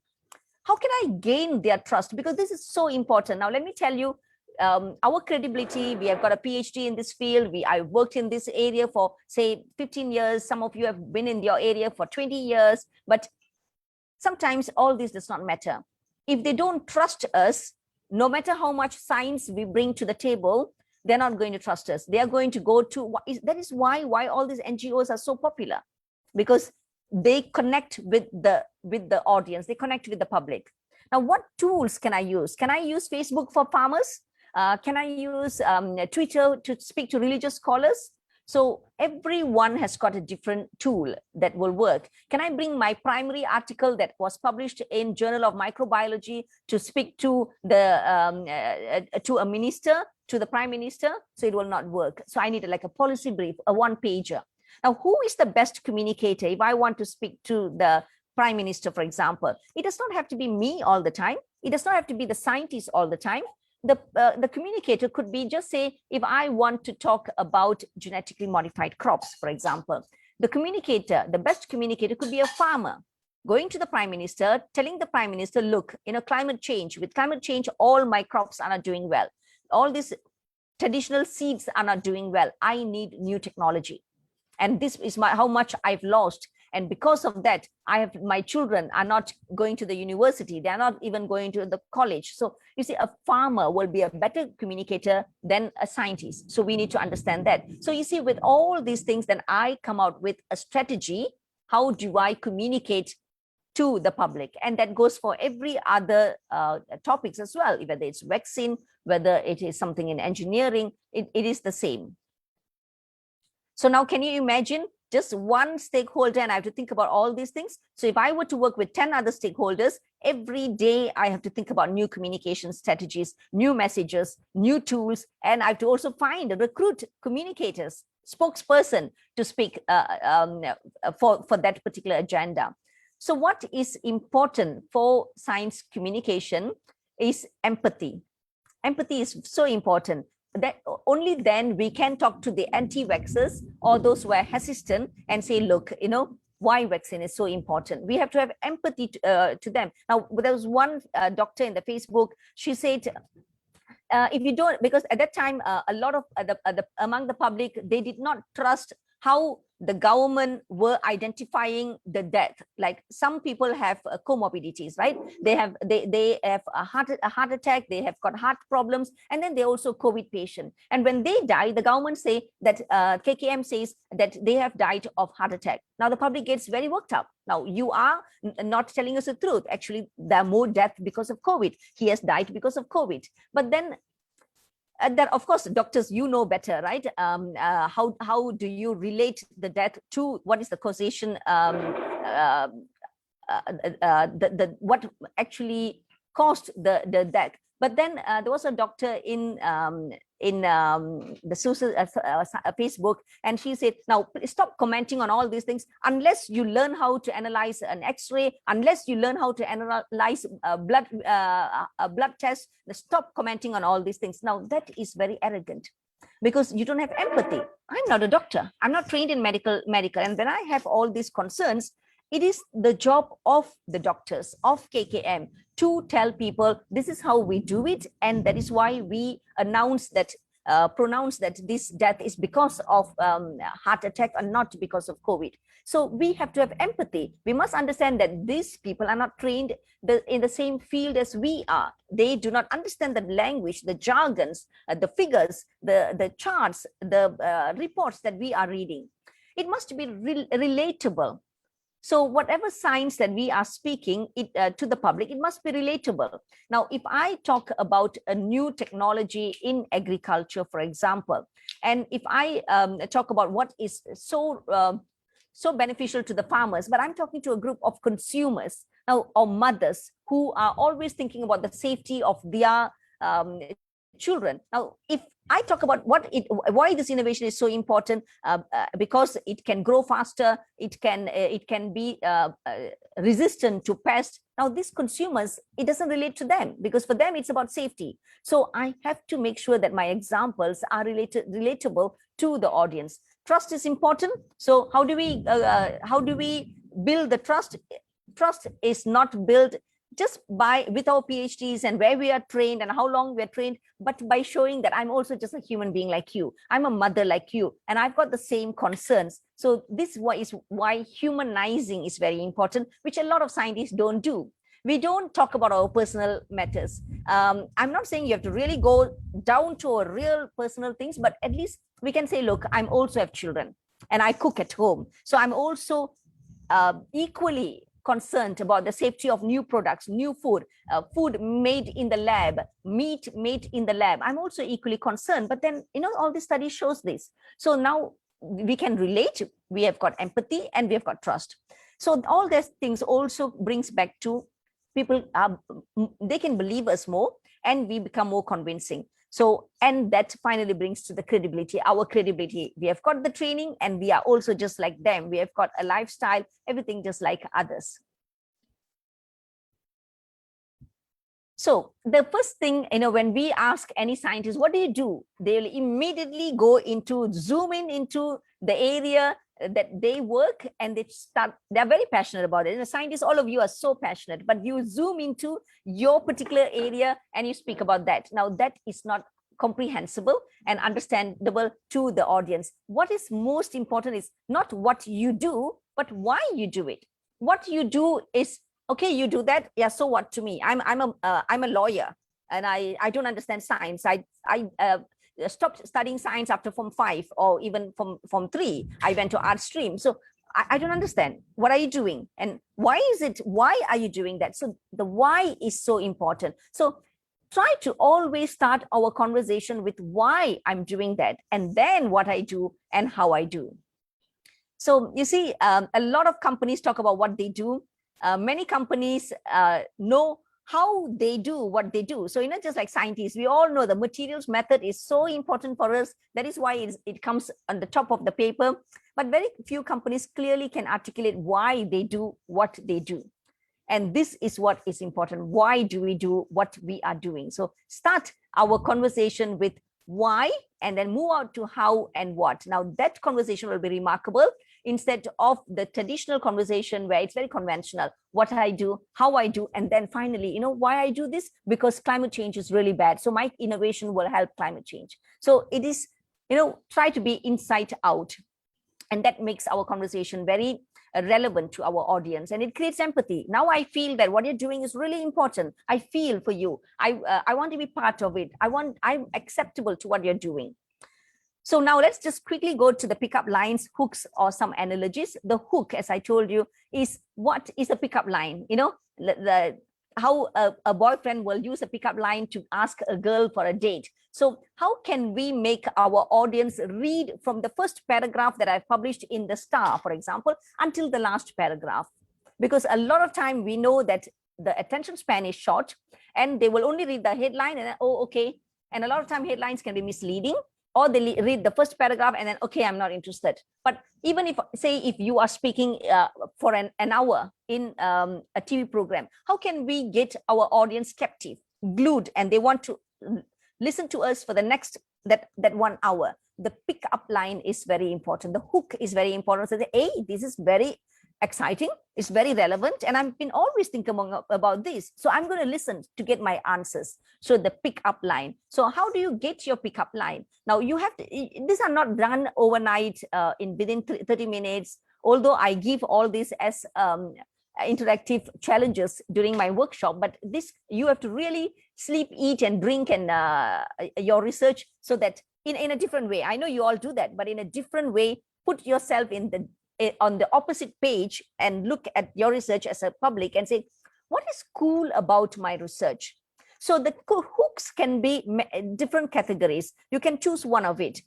Is there something cool about my research that when I start speaking about that, immediately the politicians wants to hear more, and then I get to speak more. So this gives a wow factor. Wow, you do that. And then the other one is relevant. What is relevant about my research to these farmers or to these ulamas? Now, if I say I'm working on a vaccine, and this vaccine has got nothing, non-halal materials in it. So this is an alternative vaccine, and it's completely non-halal. So that becomes relevant to not only the ulamas, but also to the Muslim, wider Muslim population. So how can I make it relevant to my audience? Something fishy. I collect a lot of embryos, human embryos, and I extract the stem cell from this human embryo. Really? Are you allowed to do that? And why do you do that? So that becomes fishy, and that opens up the conversation, and they want to listen to what I'm going to say next. Historical. A number of things, research are also historical. Now, I had a student, a PhD student who was in my class, and he works on, he's from Iraq, and he works on cranes, the crane that, the bird. And he said, these cranes are very historical because our kings used to use crane to hunt. And these cranes will go and hunt, bring back the meat, and then the king takes the meat. So, sorry, I think it's not cranes, falcon. And even our national emblem has got falcon. So this has got historical things. So he was doing genome sequencing of falcon, and I said, well, so interesting. Now, why don't you use that as a pickup line? Start with the historical thing, what our king used to do, and now you are working on the genome of these falcons. It could be something trending. Now, of course, what is trending now is variant of concern, variant of interest, vaccine, Delta, and Alpha vaccine. So if you're working on virus, not only coronavirus, we're working in any virus. If you're working on immunology, if you're working on microbiology, then you can jump on this and try to be right on these trending topics as well and make your research relevant. So there are many other ways as well to make our research interesting to the people by having these hooks and starting with our conversation with the hooks. How do I get hooks now? Now, to get a hook, of course, I must understand the audience. One hook will not work for the other. So even again, the hook has to be customized. I have to have empathy for them. Will they be interested in history? Then if these people are going to be interested in history, I can bring the historical element of my research. What is relevant to them? What is appealing to them? How can my research or policy solve their problem? What is close to their heart? What is trending? What is their culture, belief, and value? So when we are trying to do the hook, we have to think about all these things, then we develop the hook. Now, analogies is another very important thing for research, like what Prof. Dato' Mazlan was also saying. It's a very complex, abstract thing. How can we make bubbles? So when I talk about my research, the bubbles appear. Now, the bubbles doesn't appear when we talk about research to anyone else, because research is complex. It's full of jargons. So the bubble don't appear. So analogies will help to make our complex subject easier to understand. It allows audience and readers to visualize our research. It creates the image. That's why I said bubble. It creates the images in the audience mind. It makes presentation memorable, relevant, and its objective to objects become scientific objects become more visible to naked eyes, and it explains abstract. Hardip, am I going? You have about 5 minutes, okay. Dr. Ma. Yeah. Okay. So analogies are comparing two similar things. So look at this, the mouse. So if I say my house is by the beach, so immediately everyone can imagine, wow, her house is by the beach. So she can see the blue sea, she can see the palm swing, she can see white sand. So you see, immediately if I say I live by the beach and I can see the sea from my balcony, so immediately there's this image. But if I say my PhD was on methylation of arginine, no bubbles. What is methylation? People don't know methylation is CH3. Arginine, people don't know arginine is an amino acid. So you see, this is where analogies are important. So look at this, Albert Einstein, he says, when a man sits with a pretty girl for an hour, it seems like a minute. But let him sit on a stove for a minute, it feels longer than an hour. Theory of relativity, explained. Antibody, antigen, what is trending now? How can we use this analogy? We cannot use the same adapter when we go overseas. Our PowerPoint will not work. So antigen, antibody is exactly the same as well. Each antibody works for a certain antigen. So now I think I might stop with this. So, you know, we have scientists or researchers are very used to the IMRAT model: introduction, methods, materials, method, results, and discussion, and finally the conclusion. Now, what we need is actually the inverted pyramid. So the researchers, instead of giving so much of literature review, that's what we do, right? We give lots of literature reviews, supporting data, and finally our conclusion is very short. But when we want to speak to the public, when we want to speak to the media, the bottom line comes up first. We have to shout about the conclusion.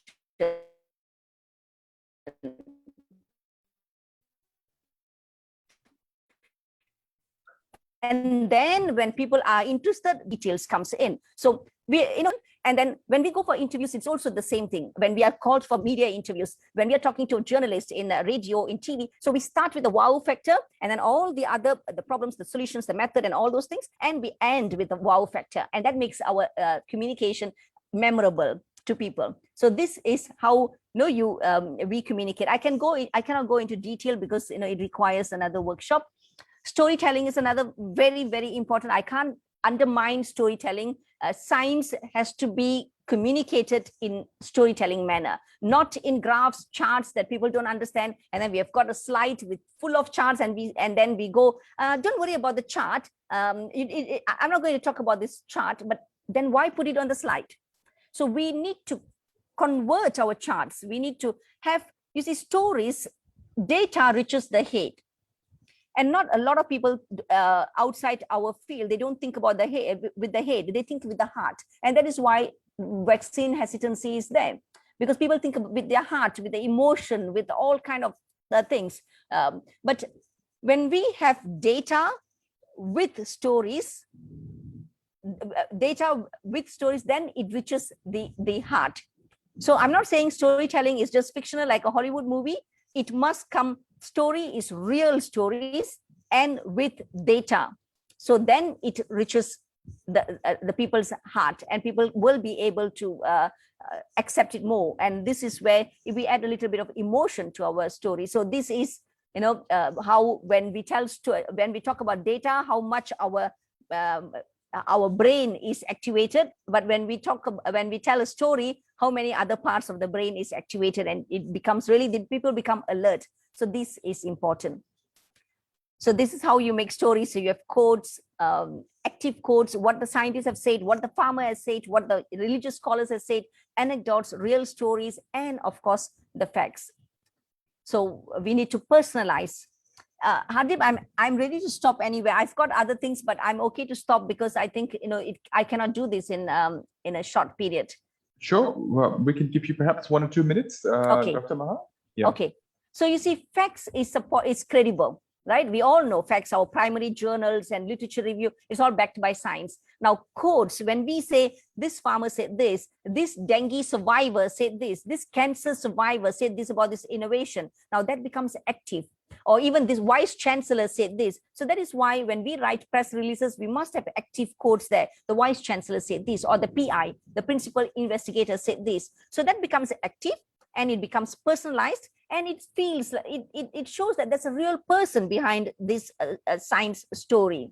And when we have anecdotes, the real little stories, it connects with the people. It resonates. It makes our science research memorable, and it creates the emotion that I really feel for scientists. I think they're doing a great job. We need to support them. More funding should be given to them. And just say if I'm a industry person, that I want to be part of this and I want to support this. So this is why it is important. So I think I will stop here.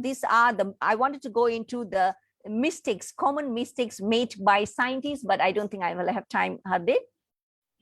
I don't want to be taking someone else's time. 30 seconds for bloopers. I'm really interested in the bloopers. Yeah, okay. I think it will be nice. Yeah. Okay. Just a quick one. Yeah. Very quick. I'll go very quickly run through this. So the bloopers, what are the mistakes that we always make? Always the first thing, although I've got a 18 years experience in science communication, the single biggest problem is we think communication has taken place. When I started communicating, now I'm involved in awareness on vaccine. I said, people know about vaccines. What is there to communicate? They know, we are always taking vaccine. Our babies take vaccine from the day one. So the single most biggest thing is we think communication has taken place, but we see how vaccine is still, it's still debated. And yeah, so too much of information, we give a lot of information because we're so passionate about our field. We give so much information that we think that you need to know all these things. It's so exciting. No, I don't want to know everything. You are not going to make me a PhD in your field. I only want to know your field sufficient enough for me to make decision. Should I drive a hybrid car or should I drive a fuel-based car? So I only want to make that decision. Don't go into all those things that I can't understand. We always don't give the bigger picture. Remember I said of course a PhD, our field, we have zoomed into our field and we go deeper into our field. We don't look at bigger thing like what a bachelor's degree does. So when we start our communication, we must give the bigger picture. I work on cancer, and imagine if I say I work on apoptosis of cancer cells. Apoptosis?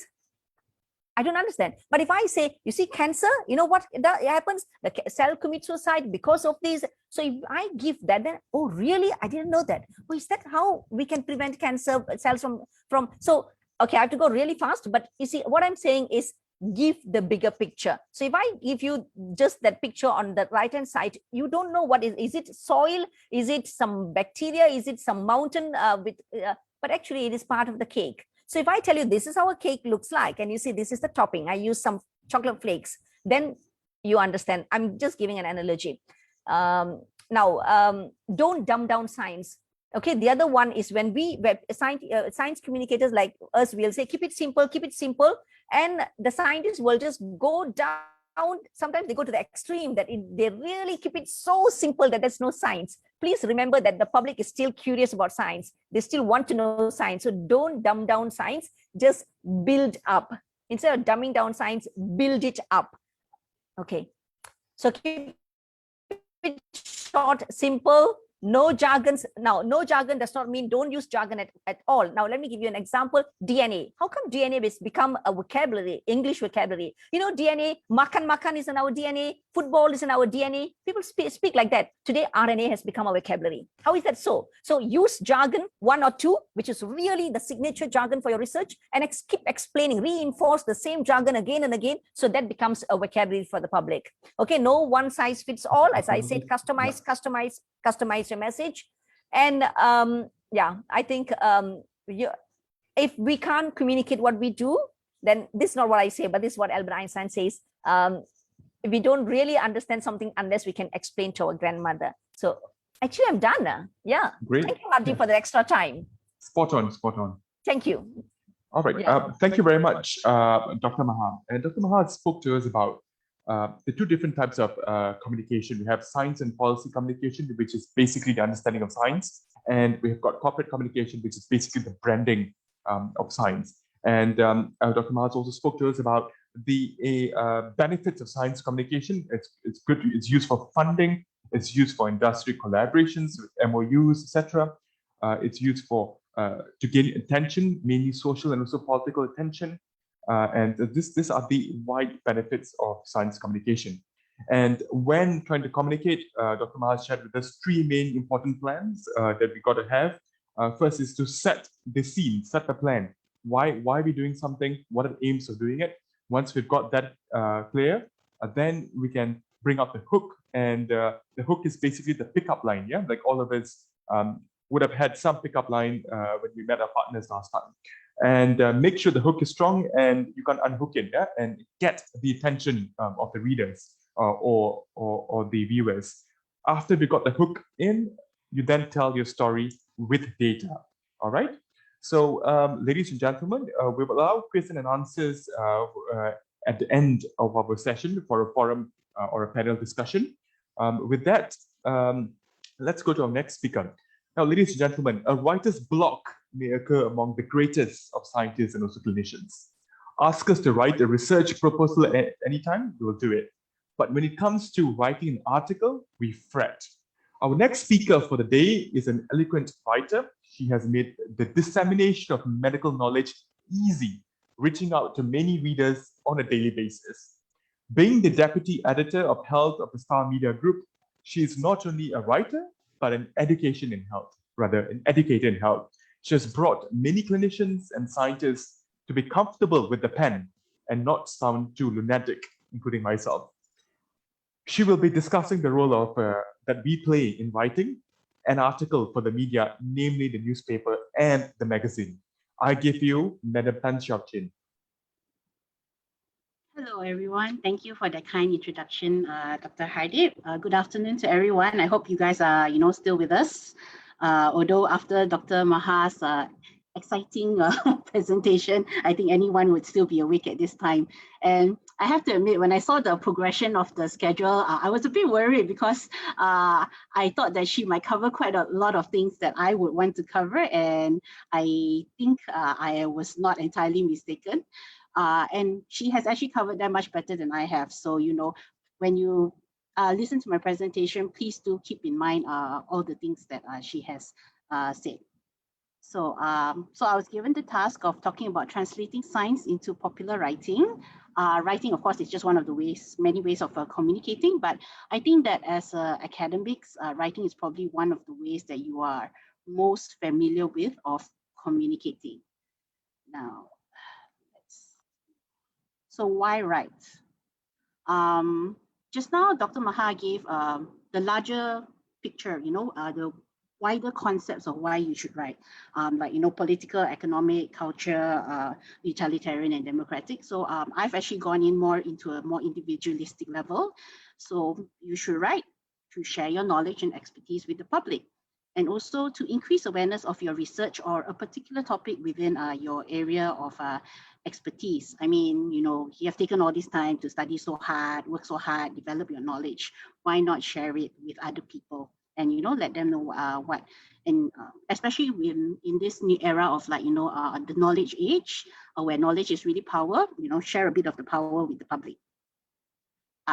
Another important thing, as what Prof. Abdul Wahab was saying earlier, to achieve part of your KPI. I know that a lot KPI usually revolves around getting citations and writing in high impact journals, but I think a lot of universities nowadays also count media publications as part of your KPI. So no harm getting a bit more extra points. And hopefully do it because you enjoy it, because life is too short to torture yourself. So you should write, try writing only if you like to do it. And also on another level of talking about communication, writing versus public speaking, not all of us are comfortable with public speaking. It takes someone with a lot of confidence and nerve to go out and talk in front of a big group of people, in front of a TV camera or a radio microphone. And sometimes, when words come out, you might accidentally say something in the wrong manner or in a way that you didn't quite mean, and you can't retrieve them. But when you're writing, your friendly backspace and delete button is always there for you to delete your sentences and rewrite them until you're satisfied that the message you want to give is to your liking. And also, to answer to the first 2 points, I would like to share this quote by Prof. Dr. Muhammad Tajuddin. He's an architecture, oops, my apologies. He's an architecture lecturer in UCSI University, and he recently wrote in The Star in his over the top column where the role of the academic is a sacred one, because if he or she does not educate the public in a language they can grasp, then the country and nation will never undergo positive change. So, if you need a bit of inspiration to write, then I hope you can take this quote to heart. Okay, so I'm going into a bit of an English lesson here. So we'll talk about composition styles. So scientific writing. For journal writing, this is probably the type of writing you're most familiar with now. It is very specific. There's a very specific structure when you're writing for a journal, right? You have your abstract, which is basically the summary of your entire research. Background literature review, where you place your research in the wider context. Methods, where all the technical stuff, methods, your results, then you discuss it, you come to your conclusion, and then you have your appendixes and references. The other thing that I forgot to put into my slides was you might also be writing about case studies as clinicians when you are, but that also comes with a very specific structure, right? You talk about your patient's history, then you talk about the physical examination, you talk about what investigative methods you've done, and then you discuss why they have these unusual symptoms and your differential diagnosis and so on. So basically my point is that scientific writing can be extremely structured, and this is, I believe this is the mindset that you might be in. However, when you're writing for so-called popular writing, the structure is a bit different, and in fact there is probably less of a structure than what you would be used to. So popular writing, there are many types of popular writing, including for social media, but I'll be tackling the ones that are probably you'll be more comfortable with and which I am more familiar with myself. Okay, so one are articles. Second is a commentary. And these can appear in mediums such as newspapers, magazines, blogs, your own websites, newsletters, and they can be for both print as well as online. Okay. Now, for popular writing in articles, so this will most likely be the most common form of composition that you will do for popular writing. And because this is more long form features, and you'll be able to explain what you want to get across in a more in-depth manner.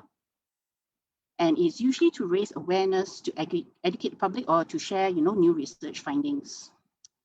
Now, the structure, there is a structure, but like I said, it's a bit more fluid than what you're probably used to. So first is the introduction, which the aim of which is to draw the reader in. This is also, as Dr. Maha saying, this is like, the pickup line, the hook to get people in. Your main points, which is of course the focus of the article, and your conclusion, which may not be strictly necessary, and I'll be talking a bit more about this later. Okay, on the second type, commentary. So this is probably for you the most accessible form of publication, unless you are writing on something which is self-published. Because articles are usually, if you're submitting it to a newspaper or a magazine or a newsletter, you are probably submitting it to an editor who is the one who will make the final decision on whether or not they will be running the article. And that will probably depend on your topic and whether it's suitable for their audience. So there are a lot of factors to take into consideration. Whereas for commentary, most newspapers and magazines, they tend to have some kind of letter to the editor, which people are actually actively encouraged to write into. And your chances of getting published are much higher. And this is usually to state an opinion or to present a specific point of view on the subject. The structure, yes, actually, I've divided this into long and short. So you have the long form where you can give a bit of background, but you have to give it from a specific point of view, which is your opinion or the point that you want to make. Or the short form where you just go straight to the point and say, I think this, la la la la la. Okay. And as Dr. Maha said, keep it short and simple, because commentary are usually shorter forms of writing. Now, choosing your subject, what do you want to write about? Obviously, this is the first step, and as Dr. Maha said, this is like planning what you want to do. So I just put in this quote by Ayn Rand: "Words are a lens to focus one's mind." So sometimes you just have to start writing, and then you will be able to refine and focus your ideas along the way. So what do you want to write about? So one, as clinicians, you can write about medical conditions. So for example, these are diseases, treatments, investigation methods, patient stories. You can write about each of these individually. Research, of course, for example, new findings or an overall context. So for example, this article that I put up here is about, it was in conjunction with the 40th anniversary of when AIDS was first discovered. And so it's basically giving an overall context of where we are in terms of HIV/AIDS research now. And current topics, which are the most popular for commentary. So for example, it can be a response to a column or an article that you have read, or it is your own informed point of view about a current topic that is trending at the moment. So here are some tips on choosing your subject. So first you have to think, why should a member of the public care? Obviously you care because this is what you do, but why should someone who doesn't know anything about you or your work care about this particular topic? Okay, how is it relevant to them or to society at large? Is it something new? Of course, something new is always interesting, but it's also in the way that you present it. And you can also write about something that is not new, but can you offer a new perspective or angle on it? So it doesn't matter if it's an old topic, for example, non-communicable diseases in Malaysia is a perennially important topic, diabetes, diabetes type 2, type 1, hypertension, heart disease. These will always be popular topics because they're always around us. So you can always write about them, but if you want people to be interested in reading about it, you have to be able to offer something new, like a different perspective or angle on it. Okay, now it comes to planning your article. So I will go through the form here. So firstly, the introduction. So the goal is to draw the reader in, right?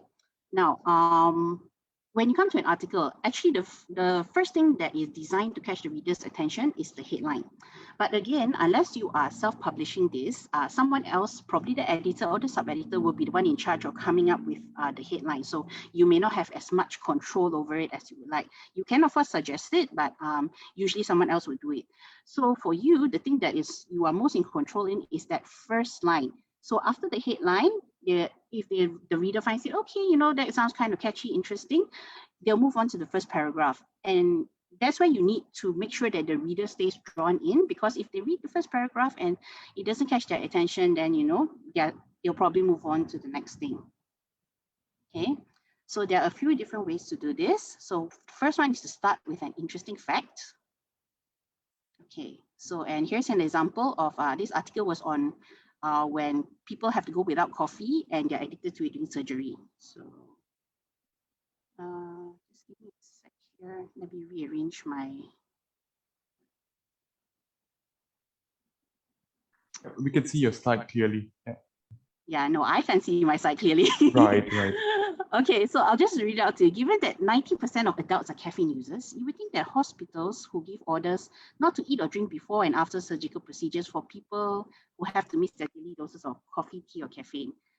And I don't think many people among you, I mean, some of you are definitely surgeons. I know Dr. Hardip is an ENT surgeon. So have you ever thought about, what happens to your caffeine addict patients and how it might influence their post-op recovery? So, this is an interesting fact. That's a good question. Yeah.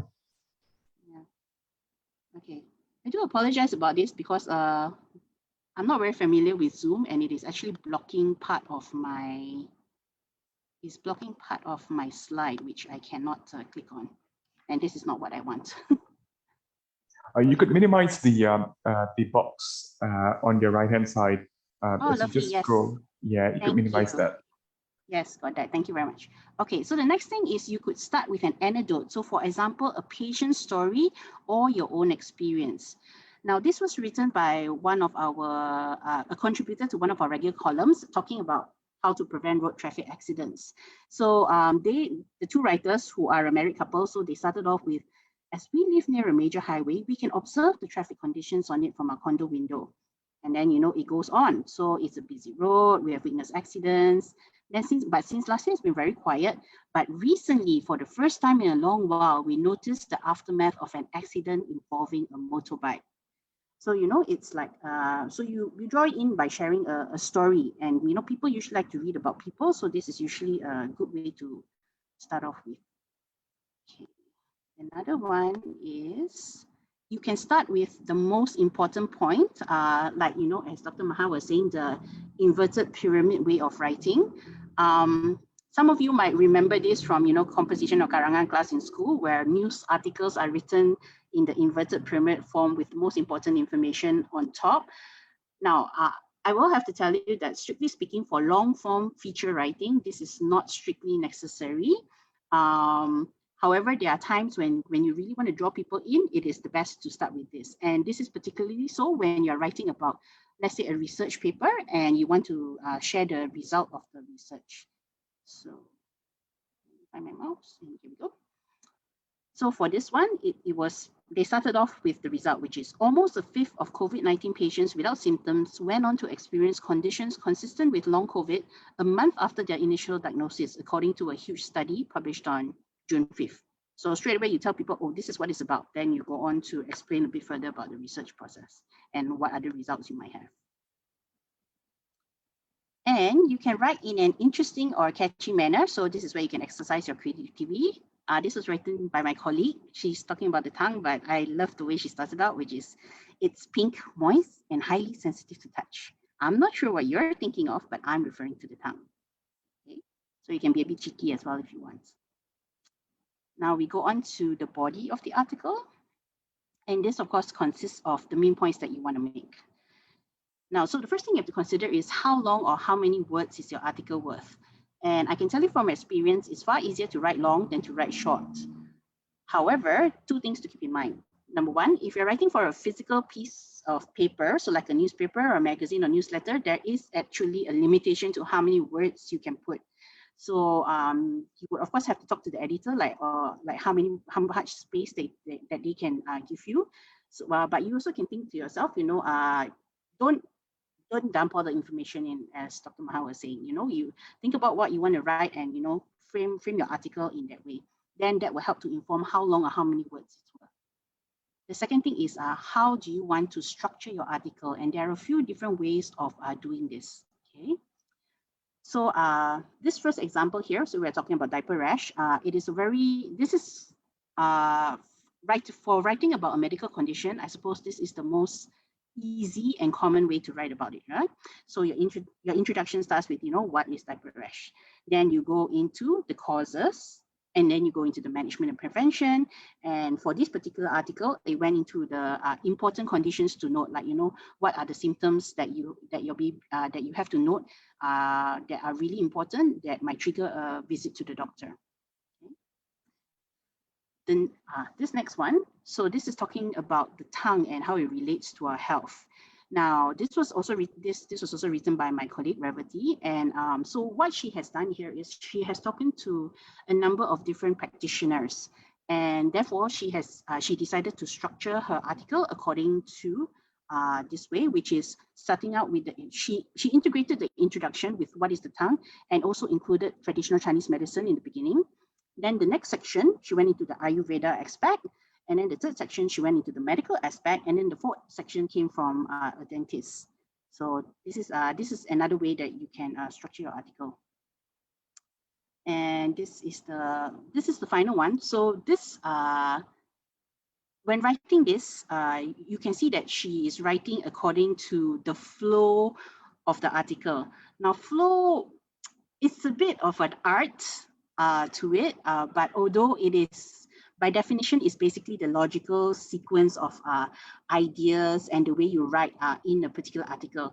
If you're someone who's familiar with writing essays, and not like, for journals where there is a particular structure to it, then you will learn that how to develop the flow of the article where your ideas can flow consistently one to the other. And when she wrote it, this was how her flow went, which is started out with the introduction, which is about overwork. Then she went into a patient story, and this patient had a heart attack. And then she brought in the cardiologist who talked about the heart attack and how overwork can trigger it. Then the next one was stroke, which is the next consequence of overwork. And then the third one was important symptoms that overwork can cause related to both of the conditions. And the fourth is the management of overwork and the problems that it can cause. Okay, so as you can see, there are a number of different ways of structuring your article. So it really depends on a lot of how you have to have a framework in mind, but sometimes it also helps to just start writing and then the flow will come naturally. Now, the conclusion, which I said is not strictly necessary, right? So it does not have to literally be the last sentence which says, in conclusion, okay? There are many ways that you can end an article without saying this. Okay, so here are some examples for you. You can give practical advice. So back to the diaper rash, you go to, however, severe cases or infections may require further attention and prescribed medication. Always consult your pediatrician if you have any concerns. Okay. The second one is you can end with a tip or a solution. So this is the overwork one, and it ended with a clinical psychologist, Professor Dr. Elvid Ng, adds that another helpful way is to affirm that you'll be willing to do the expected task, but bring up problems at home that would need some mutual problem solving between the boss and you. Then he suggests, say something like, sure, boss, I can do that. But if I do, then there's this other thing that becomes a problem, which I'm afraid will continue to persist if I do the task you just gave me. I'm concerned that this problem would affect my productivity in the long run. So how? So, ending with a tip is always good. Okay. Sorry, my mouse has disappeared on me. Okay, here we go. And then you can end with a piece of factual information, like, for example, the study was published in the online journal BMJ Nutrition Prevention and Health. So piece of factual information to end with. Now, planning your commentary. So commentaries, generally speaking, are usually shorter pieces because, as you may have seen earlier, you have to share the space with a lot of other people who are writing in. And the structure is more fluid. So for example, you can do, if this is a slightly longer commentary, you can do an introduction with the background of what you're speaking with. Like, for example, if you're responding to an article, you can say that, writing in response to what XYZ said in this article titled ABC on this date, then the body would usually be points to support your opinion. So you're basically building up your argument to support your points, and the conclusion would be your opinion itself. Or a shorter one would be just state your opinion outright and bring in the points to support it. And now some general tips. So as Dr. Maha said, watch out for usage of scientific and medical jargon because, you know, your point is you want to ensure that members of the public are able to understand you. So examples I can give here, like, you know, instead of writing myocardial infarct, use heart attack. Instead of saying morbidity, morbidity and mortality are very common words that doctors like to give to me, but, you know, I usually prefer illness and death because that's more common usage. Idiopathic, which basically means no known cause, right? And asymptomatic may have become more commonly known because we are talking so much about asymptomatic COVID-19 patients walking around, right? But you know, previously before this, it would make more sense to say no symptoms. So if you really have to use it because there is no other word to replace it, try to add in an explanation. So for example, this is a radiology article. So one example, hence synovectomy, which, you know, there's no other way to say it in an elegant way, but the doctor added in that is removal of the synovium is indicated. Synovium was mentioned earlier in the article to say that it's part of the joint. The second one is many people, including doctors, are not aware that radioactive substances, so what he meant was radionuclides, can be used in the treatment of synovial joint disorders. In fact, the use of radionuclides in removing the synovium, and radiosynovectomy is the actual term, has been used since 1952. So these are some ways which you can incorporate, if you really need to use a medical term, to incorporate the explanation in a natural manner into your writing. Okay. And in my main suggestion, you have to get someone without a science or medical background to read your draft and give you an honest critique over whether they can understand it or not. Okay. You know, your grandmother would be good if, as Albert Einstein said. So if they cannot understand it, then you have to rewrite it until that someone can actually, a member of the public can actually understand it. Otherwise, there's no point in writing the article. Okay, please avoid writing like a textbook, especially when you're talking about medical conditions. Okay, don't go like, you know, a heart attack is caused by a blood clot which blocks up a narrowed artery. Yeah. So a suggestion, you can use similes or metaphors to help with explanations.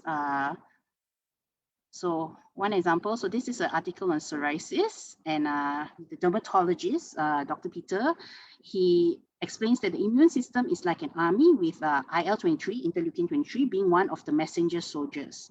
In psoriasis, he says, this IL-23 goes crazy. When there's nothing and it's very peaceful, it suddenly goes and tells the general that there are enemies coming and that the army needs to fight. So the general will start asking all the soldiers to get ready and start to fight, causing a lot of inflammation. Thus, blocking this messenger soldier will help decrease unnecessary inflammation in the body that results in psoriatic symptoms.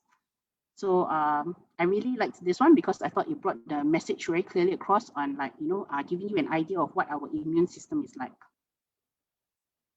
Okay. Again, get someone without a science or medical background to read your draft. If they start falling asleep halfway through your article, then you know it's not working.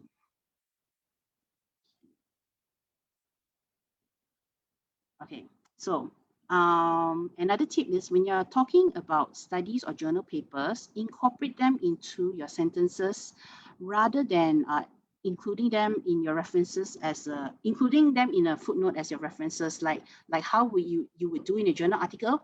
Please don't do that for one in popular writing. Okay, it is important to state where the source of your information comes from. So if it comes from a journal paper, by all means, please say it, but do not put that, you know, little like number it and, like, you know, then please refer down to the footnote. Okay, people won't be bothered to do that.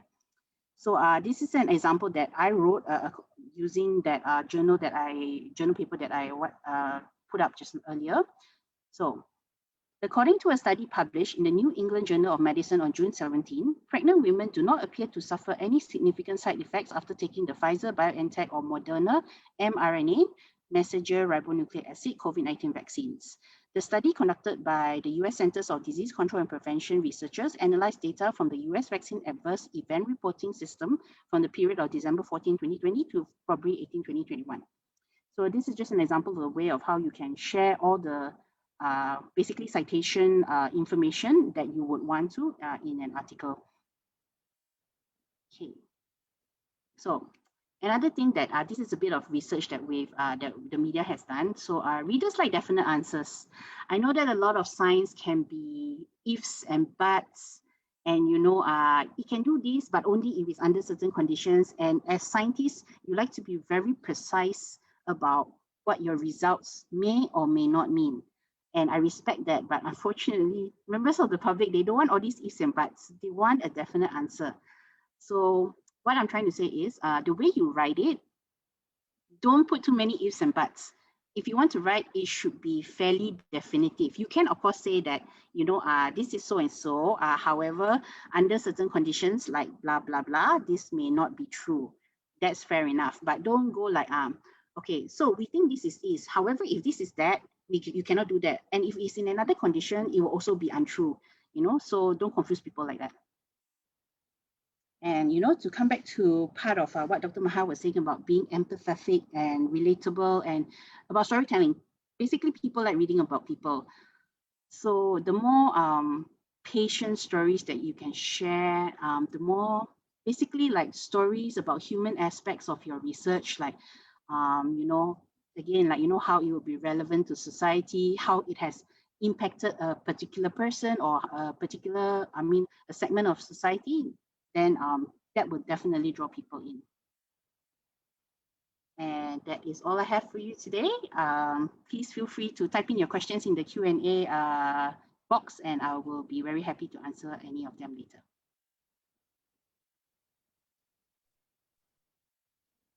All right.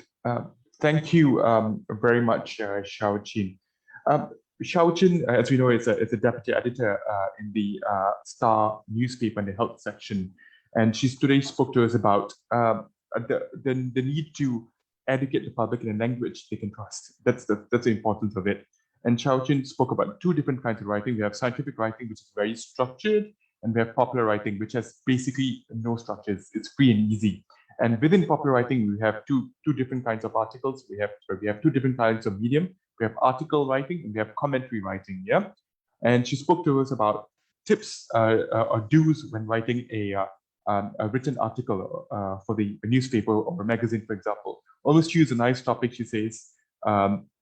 Then structure our article. We can use a simple structure like definition, causes, management, and also what are conditions for a certain condition that we're speaking about. And then always put in a conclusion. A conclusion can be in the form of a practical tip or can be in the form of factual info. Yeah, as Xiao Jin says in her own words, we don't have to type out the words in conclusion. Yeah, we can just throw a sentence out there, leave the readers pondering for more. Yeah, and of course, all of us are guilty to this. I'm guilty to this. No jargons. Being in the medical field or being in the scientific field, we often tend to use jargons, and we take it for granted that our readers or our listeners out there understand about the scientific terms that we use. So we always have to avoid using jargons. And how do we ensure that the article is perhaps suitable for the public? Is as what Xiao Jin says, give it to someone else not in the scientific field, like our grandmother, our parents, and get them to read. If they understand, then then the others should be able to understand what we've written in the article. All right, keep your questions coming. We will discuss the questions and post them to the panelists at the end of our session today. So we've heard about from Xiao Jin, how do we conquer the newspapers and also magazine? But let's not forget the importance of a book. In the 11th century, a Japanese woman called Murasaki Shikubu wrote The Tale of Genji. It was a 54-chapter story of a courtly seduction believed to be the world's first novel. Now, nearly 2,000 years later, many scientists are still anecdoting their life work and research in a book. The following speaker is no short of it. He has mesmerized us and published in many quartile 1 and quartile 2 journals, and has recently won the National Book Award for his joint work on the book on osteoporosis.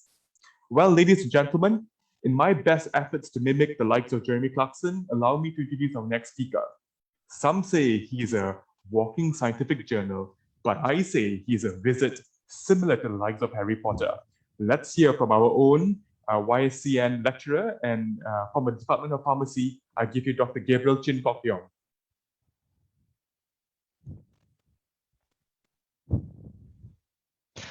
Hi, very good morning. Hadi, we should see, sorry, good morning, sorry. Very good evening to ladies and gentlemen. So I would like to keep this session very casual because, you know, from the hundreds of attendees here, I see a lot of friends here. So let's keep this very informal. And Hadi, you should see me wearing my round glasses. I really do look like Harry Potter. That was 10 years ago. So just allow me to share my slide. The title given to me is actually how to write a award-winning book, but I intentionally delete the word award-winning from the title because I think somehow to me, winning an award is actually a bonus, and it's certainly not an individual effort by me, but it's a group effort for the book that we produced together with Prof. Ima, also Dr. Sok Kwan. Here today in these sharing sessions, and as Hadi introduced as well, I'm actually not known for writing books actually in the faculty, but I'm more known to writing articles. So I'm not sure how qualified I am to explain to you how to write a book, but I try my best to deliver this to you.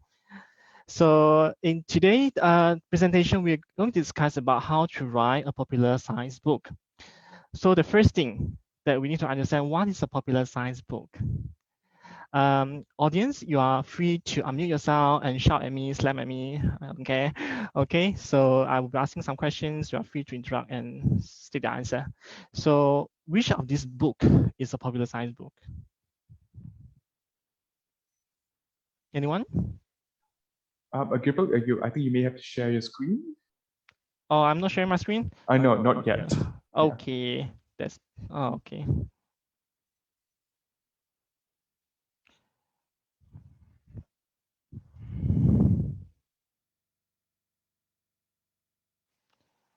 Just a moment. I hope you're seeing my screen now. Yeah, but I think you did the mistake I did. You're sharing your presenter's view. Yeah. Okay.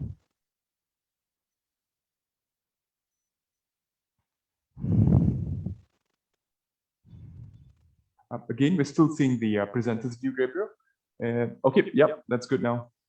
Okay. Thank you, Adib. So, first questions. Which book do you think is a popular science book? Anyone? I would think Bill Bryson might win it. Okay, so I think you are correct. So we would like to be clear about one thing today. Today we are discussing about popular science book written for the general audience or the public or the non-technical expert in the field. Okay, not the book written by expert for references like this one, Advances in Experimental Medicine Biology, published by Elsevier, Springer, Bentham, etc. Okay, so for this kind of book, very technical book, you can be and you are encouraged to be yourself as much a scientist as possible. But in writing popular science book, we are encouraged to tone down our scientist self a bit, okay? And try to be funnier and more empathetic to our readers. So am I insinuating that we as a scientist are a bunch of dry, humorless people? Well, I'm sure personally we are not, but if you read my journal article, I'm sure that you don't think that I can crack a few jokes. And again, I don't think you're laughing, so I guess I'm dry and humorous. Never mind, you are stuck with me for the rest of the 30 minutes.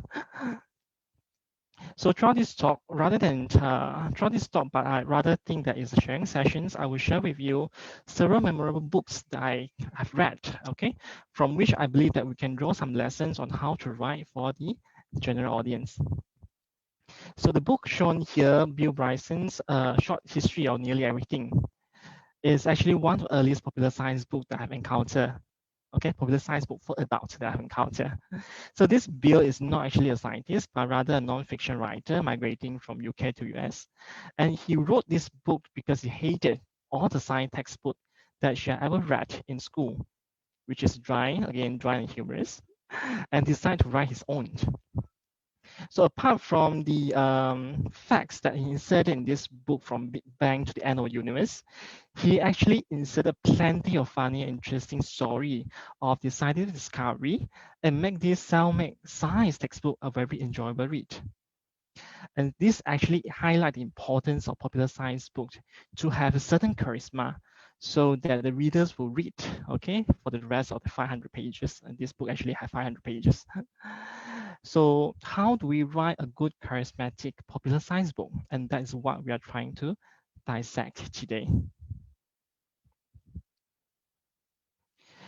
So the first tip of writing a book, popular science book, actually any book actually, every journey of writing a book, okay, begins with small steps. Okay, sounds like something people would say when they try to land on moon, but it is true also when it comes to book writing. Completing a book seems like a very long journey and sounds very daunting, especially for the newcomers. Apart from a lot of adjustment that you heard just now that you have to make from a from a scientist to a popular science writer, you have to sacrifice a lot of time. Okay, so before even attending writing a book, I suggest that you can start writing articles to popular science magazine or to stars, okay, to newspaper, to train your writing skills and also tone.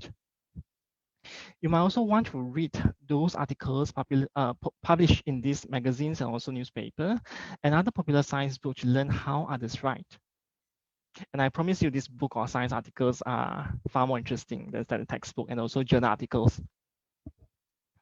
You can also learn to establish your tone and style and try to give charisma to your writing through this article, short pieces.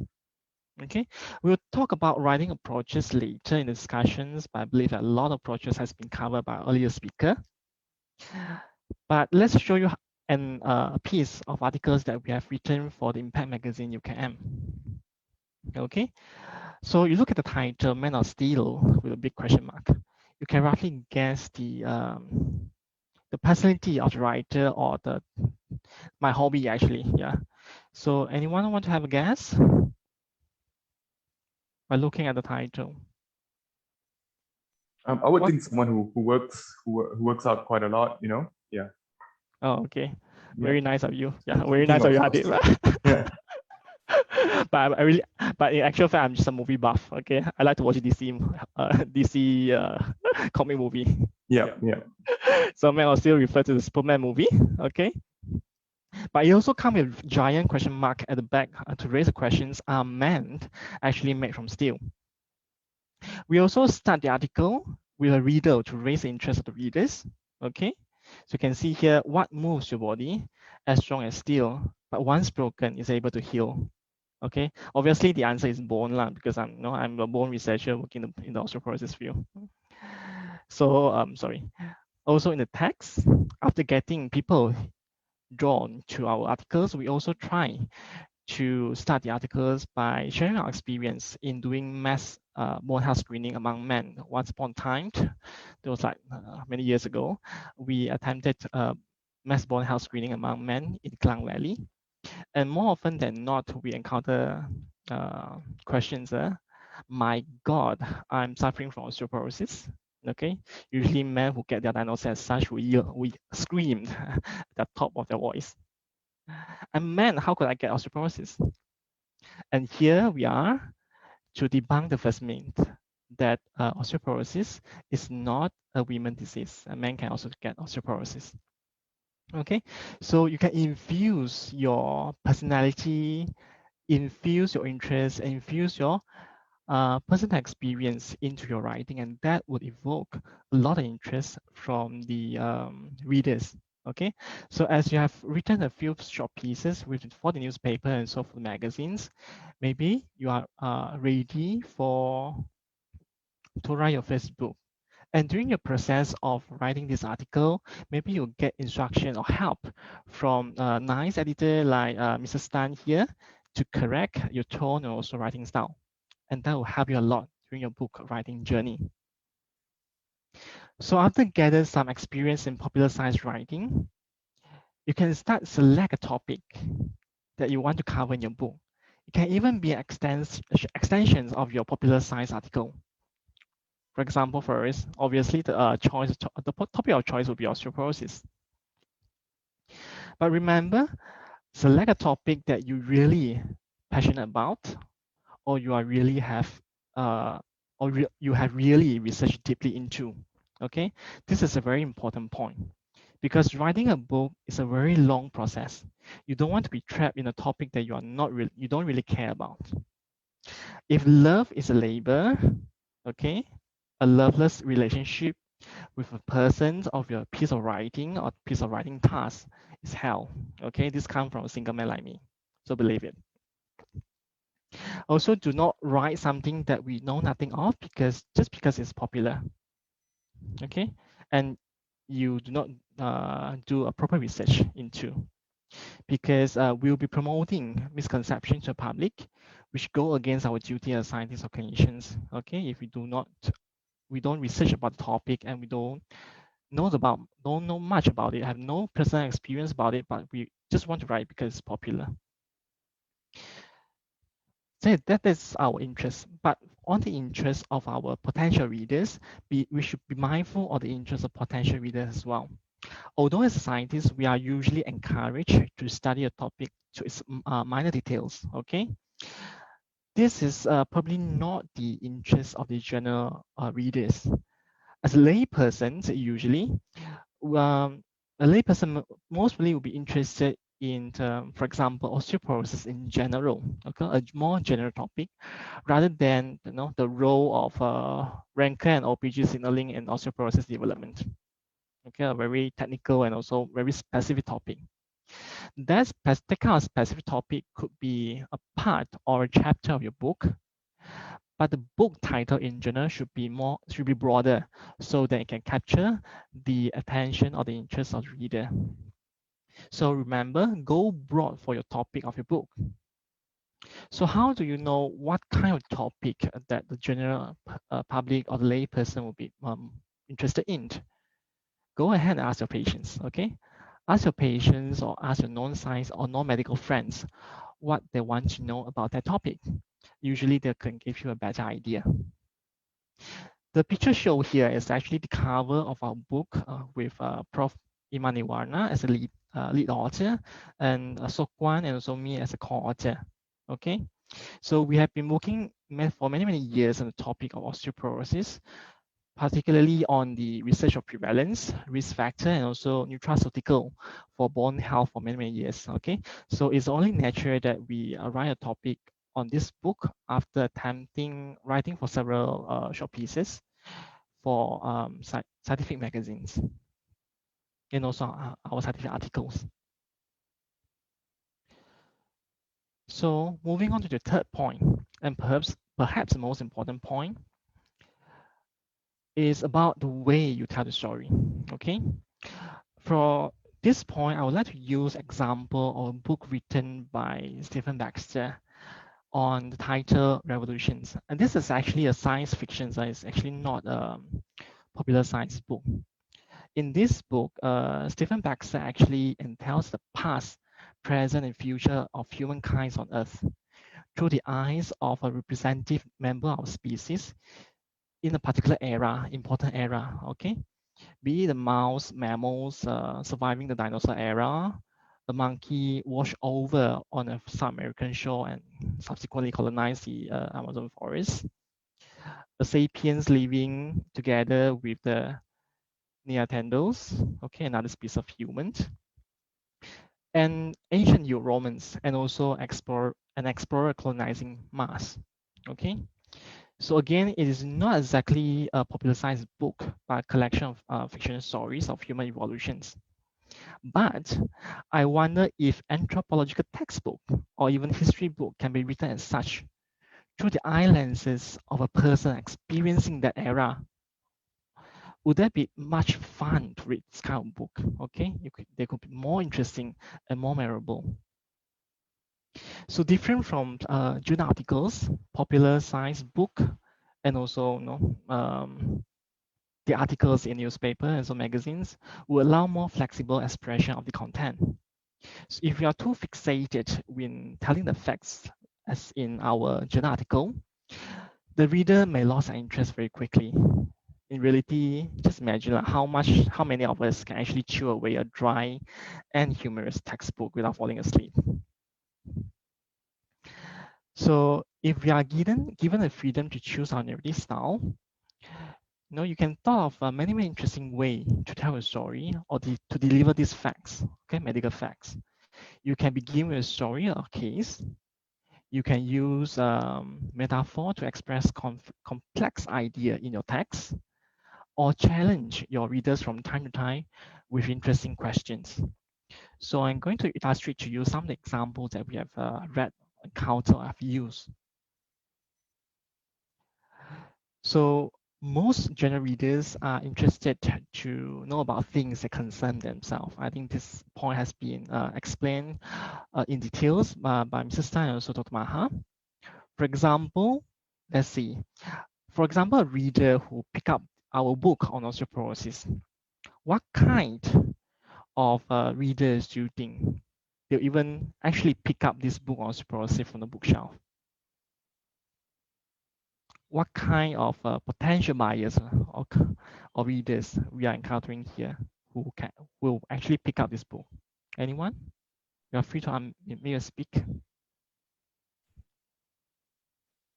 Perhaps a patient who's undergoing osteoporosis and it's causing a significant quality of life impairment, might be wanting to have more answers on osteoporosis, or a loved one seeing their parents suffer from osteoporosis, for example. Yeah, you're correct, Adib. You're absolutely correct. So the person who pick up this book might be suffering from these conditions, have a friend or family members who are suffering from these conditions, or have heard about osteoporosis during an Enlink commercial and think that he or she is at risk. Okay, so how do you think you want to catch the attention of this reader so that he or she reads further? In our case, we start our book with a story of a patient with similar conditions. Okay, remember to give the patients or the subject of your story a name. So for example, in this case, let's talk about Machikia. Okay, this is a favorite lady by our Prime Minister. This picture is not Machikia, this picture is actually my mother. Okay, let's journey along with Machikia on the road to osteoporosis discovery. I mean, how did Machikia discover that she has osteoporosis? Maybe fall down from the stairs and have a fracture. How did Machikia get the diagnosis of osteoporosis from the doctors? Maybe you can talk about the diagnosis, the ways to diagnose osteoporosis, maybe through X-ray or calculating ultrasounds. Learning about this condition through a doctor, what are the risks and risk factors of osteoporosis. Getting advice from her dietitians, from her physiotherapist, let's say he has fractured her femur, and starting her medication on route to recovery. Okay, so have laid down the story of Machikia from fracture her leg to getting a treatment for osteoporosis. And throughout this journey, you can insert, throughout her journey, you can insert the important facts about osteoporosis from prevalence, risk factor, nutritional interventions, physical interventions, to pharmacological treatments inside her stories. Okay, so that this book about osteoporosis become very personal, and this is actually the kind of approach that we adopted in our book. Second example, sometimes we want to use a complex metaphor to express sometimes we want to use simple metaphor to express a complex idea to the general audience. Okay, I was reading for the second time this very popular book by Noah Harari's Sapiens: A Brief History of Humankind the other day. Again, the author was trying to explain how creating abstract idea is a humankind trait, and indirectly the ability to create abstract idea will unite all humans. The example given by this author is actually this car company. How do you pronounce the name of this brand? Anyone? Peugeot. Yeah. Not sure. No. Not sure. I Google it. I think some of the Google asked us to pronounce it Peugeot. Okay, Peugeot, a French car company. Okay. Right. Okay. So Peugeot is not a person. Okay, Peugeot is not a person, but it can perish. Okay, it can perish upon bankruptcy. but a shareholder can leave this company, establish another company. So this shows that the constituent of Peugeot is not perishable, but it itself can perish.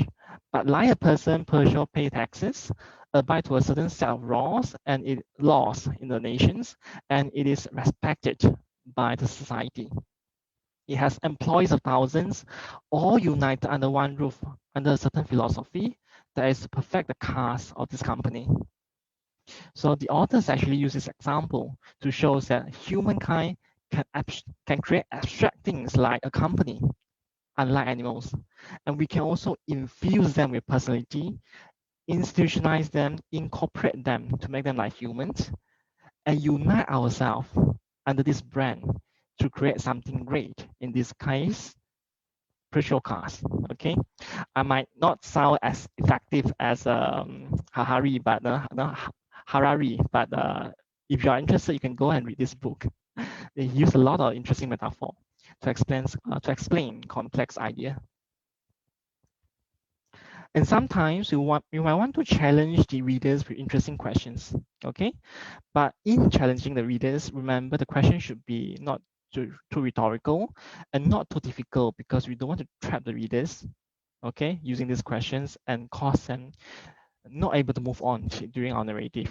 Okay, one example used in one of our articles actually, okay, about osteoporosis, we ask these questions. What is the common thing between the leftover of a KFC plate and an archaeological site? Okay, the exact word is actually there. What is left on your plate after a fried chicken meal, and what will you find on the archaeological site? Again, the answer is provided, so I will ask you. The answer is bones. Okay, but this kind of questions, when used effectively, give the readers a very specific, clear mental pictures of what you are trying to discuss in your article or in your book. Okay, so while you're picturing the left of your KFC plate, while you're picturing the archaeological site of Pompeii, maybe you will think of bones. Okay, and that is the thing we want to discuss today. Okay, so this is about creating mental image using interesting questions. So these are some of the examples that you can use, okay, to make your narrative or narrations interesting. We also have a no-no list listed here, okay, and part of the list has been covered by Mrs. Tan and also Dr. Maha. So one of the things that we don't assume is that we don't assume all readers have the same level of knowledge as ourselves, okay. So we should not play smart, okay, in front of our readers. And we don't want to agree with the Dr. Maha point as well. We don't want to dumb down our narrations too much to an extent that we sound very condescending to the readers. Okay, like we assume our readers are stupid. But nowadays, most of the readers have access to internet. They are very well read. Okay, we don't assume as that as well. Second thing, we don't want to use a very monotonous narrations. Okay, this goes for writing a books or public speaking as well. So we should not be too monotonous in our narrations. And avoid jargons, not dragon, avoid jargons as much as possible. And avoid nonsense abbreviations, that's very common in our journal articles. Okay, try to use the full terms as much as possible. And try to avoid using dry, meaningless charts and graphs that doesn't support our narrative. Okay, a well-made schematic diagram to illustrate the process, like the pathogenesis of disease, will be welcome, but not the kind of graph and chart you derive directly from your journal articles. Most of the readers will not care to read about that. Okay, try to avoid long sentences as well, because our attention span is very limited, and try to avoid unnecessary detail in the book that doesn't support your main thesis or main idea you want to convey to the readers. And this point actually follows my previous points. You have to know your readers. Okay. Currently, I was reading this book about AI, artificial intelligence, and I do not seem to have time to finish it. The main reason of reading this book is actually not to know AI language processing in deep. I just want to know why my Food Panda and also Asian apps can reply my complaint so fast. Okay, why this chat box can talk to me when I file a complaint. I believe that most readers are like me, who want to know a bit about the topic without getting too much to the technical details. So the authors here, Brian, is actually a journalist, not a scientist. He introduced the reader the history of AI development through his peculiar journey of participating a contest of most human. Okay, so in short, that the participant needs to compete with an AI to convince a panel of jury who is human by chatting with the members of jury through a chat box. Basically, it is a Turing test. So if you have watched Blade Runner like me, you know what is a Turing test. It is just a test to see whether whether the people talking to you is a machine or a human. So far, to the extent that I read, the journey is super cool and fun. And along the way, Brian and us, the reader, learn something about AI development and the history of it. So if you imagine the Brian skip all this interesting experience, join the contest to compete with AI to show that who is more human, we as reader will not be able to chew even one page of this very dry topic about AI development, especially from a non-software person like me. Okay, so you should know about your readers. And once you target your readers, you can have a guess about their different interests and tailor your narrative style based on your readers. You can start by asking the public, your non-medical friends, and also your patient again, what they want to know about this topic. And that will give you a good idea how you want to tailor your content towards your reader. Also, whatever you write, we should also consider why the readers have to choose our book at all. Okay, and also in certain circumstances, how do we convince the publisher to publish our book? And that comes down to unique selling points of our book. Whatever book we are writing, whatever topic we are writing, I believe that there are tons of books of similar subject out there in the market. Okay, so do think carefully what makes our book special. Is it about your unique experience treating patients in the tertiary referral center like TAJUK, that you encounter many cases that never seen in other places? Does your book offer a unique Malaysian perspective or topic of disease based on your observations and research, whereby all other books on this topic are from foreign countries? Most importantly, is your book about the research that your group has been conducted throughout many years of hard work? And that, I believe, is something that not other researcher can offer the same point or same view on the topic as your group. Okay, and that will really make your book interesting and irreplicable, okay, by the others. I also want to take this chance to introduce to you one of the most memorable textbook ever read by myself, Discovering Statistics Using SPSS by Andy Few.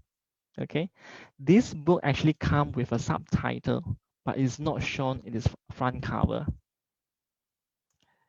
So if you look at the big title, Discovering Statistics Using SPSS, what do you think the author used as subtitle that make it so special? Anyone want to have a wild guess? Any guess would do? SPSS made easy. I will need it. Yeah. Okay. That's a very logical guess. Okay, Adit? Yeah, I would need it. Yeah. And the subtitle, okay, the subtitle of this book in its inner pages, the second page is Sex, Drug, and Rock and Roll. Oh, Okay. wow. Wow. Okay. And from this side title, we know that this book is very different from all the statistical textbook out there. Okay, the authors actually start each chapter in this book with his story growing up and his crazy university and also college days with pictorial proof. It's all started with pictures of him doing wild things in his childhood or in his years in the college or university. And he actually relate some of this story with the statistical test that he is introducing in that particular chapter. So for example, in the chapter about mixed design ANOVA, the authors use a dating example.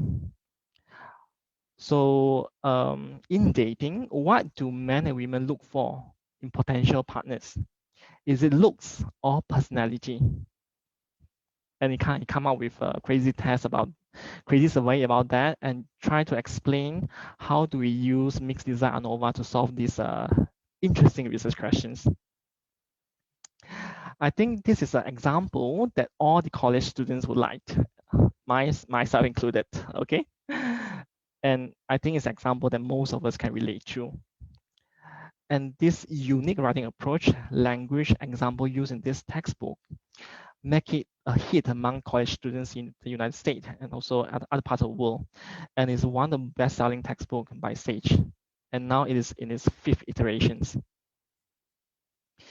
So when you are designing or drafting a book, try to imagine what could make your book a unicorn among all the horses.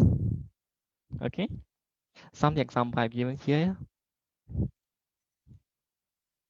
So lastly, the last point I want to convey is actually develop a writing habit.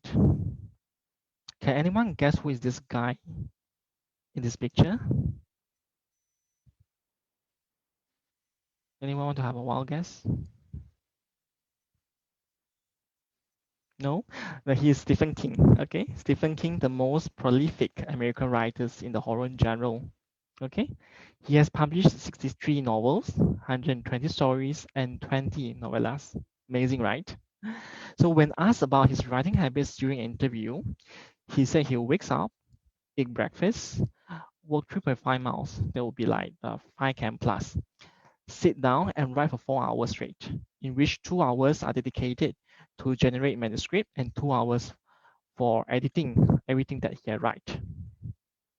And then after these 4 hours of work, he would just turn off his writing mode and he never overburn himself. And this actually linked back to my first point. Writing a book is a very long journey, okay? If you consider completing a book as a whole goal, this burden could be very scary and could be very tremendous for first-time writers. Considering that we are not like Stephen King or full-time writers, that we are lecturers and all of us have academic duties, writing articles, we have articles to write, we have teaching to do, and also we have administrative tasks to complete. And for the clinician, you have to treat and see patients as well. We can't even afford to walk 1 km for leisure a day sometimes. So for average person like us, we might want to divide the big goal of completing one book into smaller, more achievable goal, like completing, a chapter a week or a few hundred words or 1,000 words a day. And after you have divide your big goal into smaller, more achievable goal, you should try your best to achieve these smaller steps every day, every week, so that you are motivated to pursue the goal of completing the whole book. If you set the goal too big, like now I want to complete the manuscript for that book in 6 months, more often than not, you have a lot of things that hindering your progressions. And after 6 months, you cannot complete that book draft. You become very demotivated and you might give up your goal, your big goal entirely. So divide it to smaller goals, set aside some time every day to read or write. For example, 500, 1,000 words a day. And also it's my usual practice that after we complete a chapter or a certain portion of the book, we leave it for some time before we actually revise it. That is very different from Stephen King's habit. Because if we leave it for some time and revisit it, we will give it is like we are going estranged from the chapter that we have written, and that gives you clarity about all the mistakes you have committed in your chapter. So the 6 steps that I've highlighted here, I actually start by crafting something smaller pieces to newspaper and also to magazines to develop your tone and also your writing style.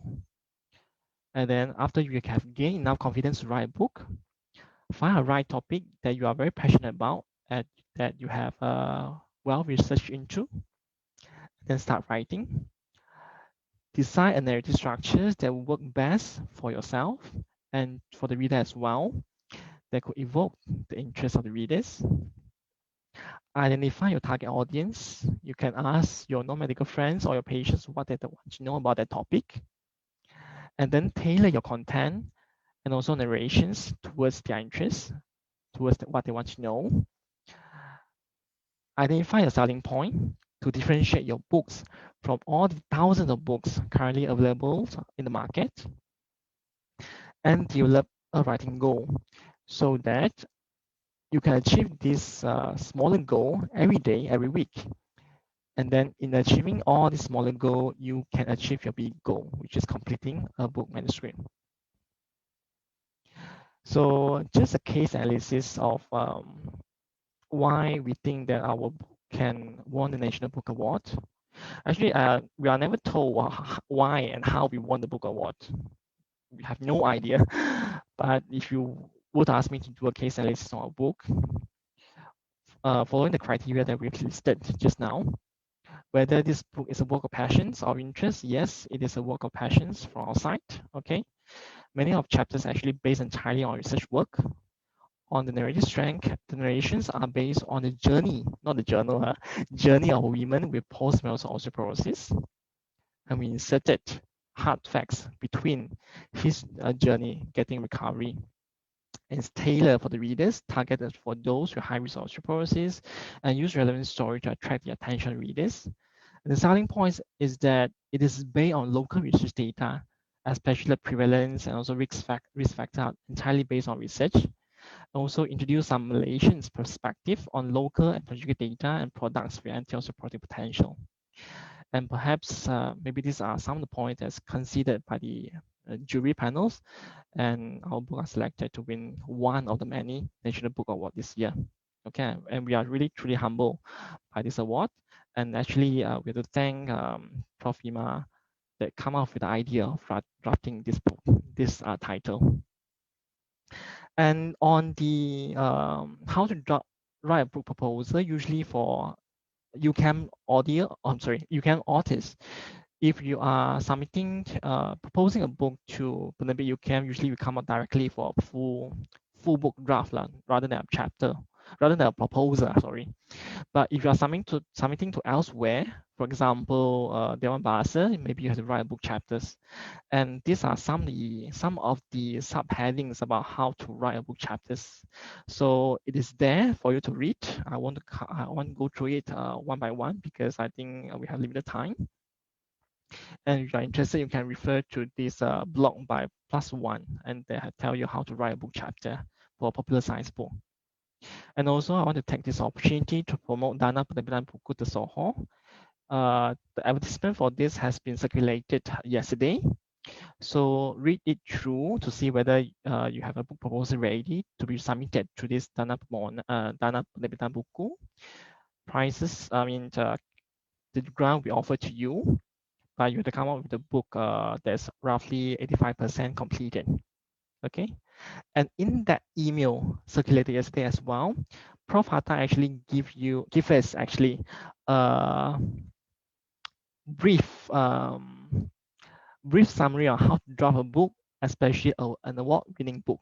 Okay, a summary is accompanied in that email. So do read that summary as well. Okay, that will be very beneficial to you in drafting your book. And you are writing to Penerbit UKM. This is actually a Panduan Media Manuscript Buku and Journal available in their website. But just Google, you might find this Panduan elsewhere in the Google. That's all from me. Thank you. That's great. Many thanks, Dr. Gabriel Chin, on a succinct overview on how do we approach writing our first book, and not to mention an award-winning book. Yeah. Gabriel highlighted a few important points. He says start with popular science first. Get yourself used to writing popular articles. You get more comfortable, and then you can move on to a book. And make sure you write about a topic that is known to you, that you like the topic, you're comfortable writing about a topic. As Gabriel's own words, I quote him, he says, a loveless relationship is hell. So make sure you love the topic. You can write easily of something you love. Yeah. Always choose a broad book topic. That's what Gabriel told us. And use metaphors for complex ideas, yeah, to represent complex ideas. And you may also start a book by asking interesting questions, yeah, to attract the readers to read your book. And most importantly, a book is a long process, and don't burn yourself out, and always know about your readers and what your readers want. Right. Now, ladies and gentlemen, we've reached towards the end of our talks. We had 4 talks today. We'll now go into the Q&A session, the question and also answer session. We've got some questions already. Can we have all the panelists? Can we view on the screen of all the panelists?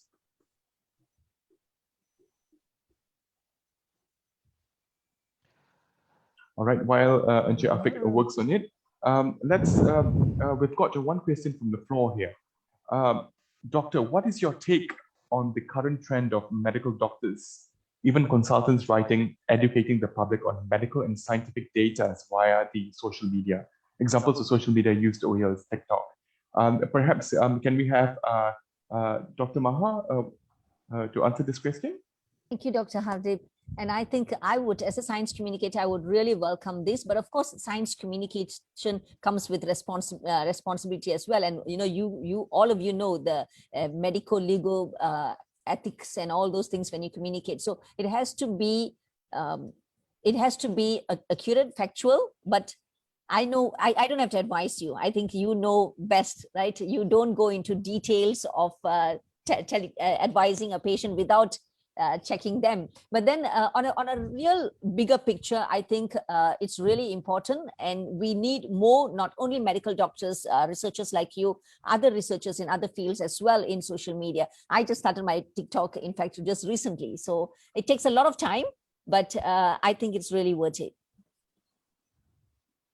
Thanks a lot, Dr. Maha. Perhaps Xiaoqun, you have an opinion on this? Well, I think it's where people are now, right? So if you want to really get across to the public, and I suppose particularly the younger generation, you have to follow the current, the latest social media app.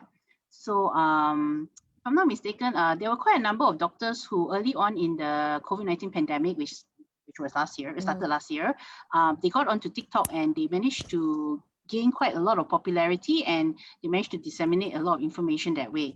Now, the one thing about the social media platforms is space and time is limited. So you really have to come up with short, effective sound bites or videos. So you cannot tell one whole long cerita, okay? You must get to the point straight away. So it must be catchy, yet informative and accurate. So not always the easiest thing to do, but if you do it well, then you can be what Dr. Maha wants, which is a civic scientist, social influencer. Thanks a lot. In your opinion, Gabriel, regarding social media, the role of social media, should we utilize social media, being scientists, researchers from the university? Of course, there's always an element of time, because when you want to post on social media, you need time to type it out. It takes away a lot of your attention from your work. It sometimes can be a distraction also. What do you think, Gabriel?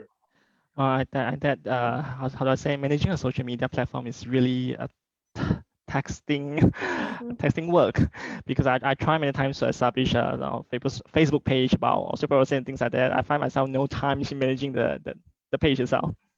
I think if we were to do it properly, we actually need a team. We actually need a team to manage the social media platform. And also, if we are successful in managing such a platform, we could be famous and we could deliver a lot of important information to the society. And we could be famous. Yeah. Yeah. Just want to add, I think Dr. Chin really came out with a solution, and I really can tell you that it takes a lot of time. Because I'm a communicator and it's part of my job. So I have several social media platform, and I spent a good 2 hours or more on my social media, but it's part of my job. And I know you guys can't do it, but coming out with a team to help and some support, one person, a curator, that will really be good. So I'm speaking about the topic of the social media and how we ought to utilize social media. Dr. Maha, being someone in communications and being someone who had a Petri dish magazine, a printed magazine, and now you've utilized social media. You see a trend. Are we going to be leaving printed publications aside at some point and going fully on social media, even in the future for our journals? Yeah. I don't know. I think maybe Xiao Chen is even in a better position to say that, but I'm still old school. I like to hold my papers. I don't want to be looking at the screen and all those whatever light coming to my. So I don't know. The younger people should say, but I think print media will stay. But how creative can we get? Being those in the print media, how creative can we get to reinvent that and put that still, make that still relevant? I think that's important to look into. Yeah. I pass it to the expert, Xiao Chen. Xiao Chen, what do you think? Are we moving away from print materials? I think we are, in a sense. I don't think we will ever completely get rid of print, but the influence or the number of people who read it, I think, will definitely shrink as time goes by. If you look at our primary and secondary students nowadays, it's like how many of them actually read hard copy stuff? Everything's online. So it's just the way that society is moving. So and also online offers a lot of different ways to be creative with how you present information. So now we're kind of like okay, words, articles and videos, right? Those are the things we're thinking of. But there are a lot of things like interactive graphics, animation, and things like when you click last time those RPG type of books where you can choose your adventure. So on online you can do those things too. You click here, then it'll lead you to this branch, and if you click on something else, it'll lead you to a different branch of inquiry. So there's a lot more space. There's a lot more space in cyberspace to present information in lots of different ways. It's just up to our creativity and our time to think of it. Thank you. Yeah, this reminds me of a popular song in the 60s or 70s. Has the television killed the radio? And a lot of people thought at one point the television would have killed the radio.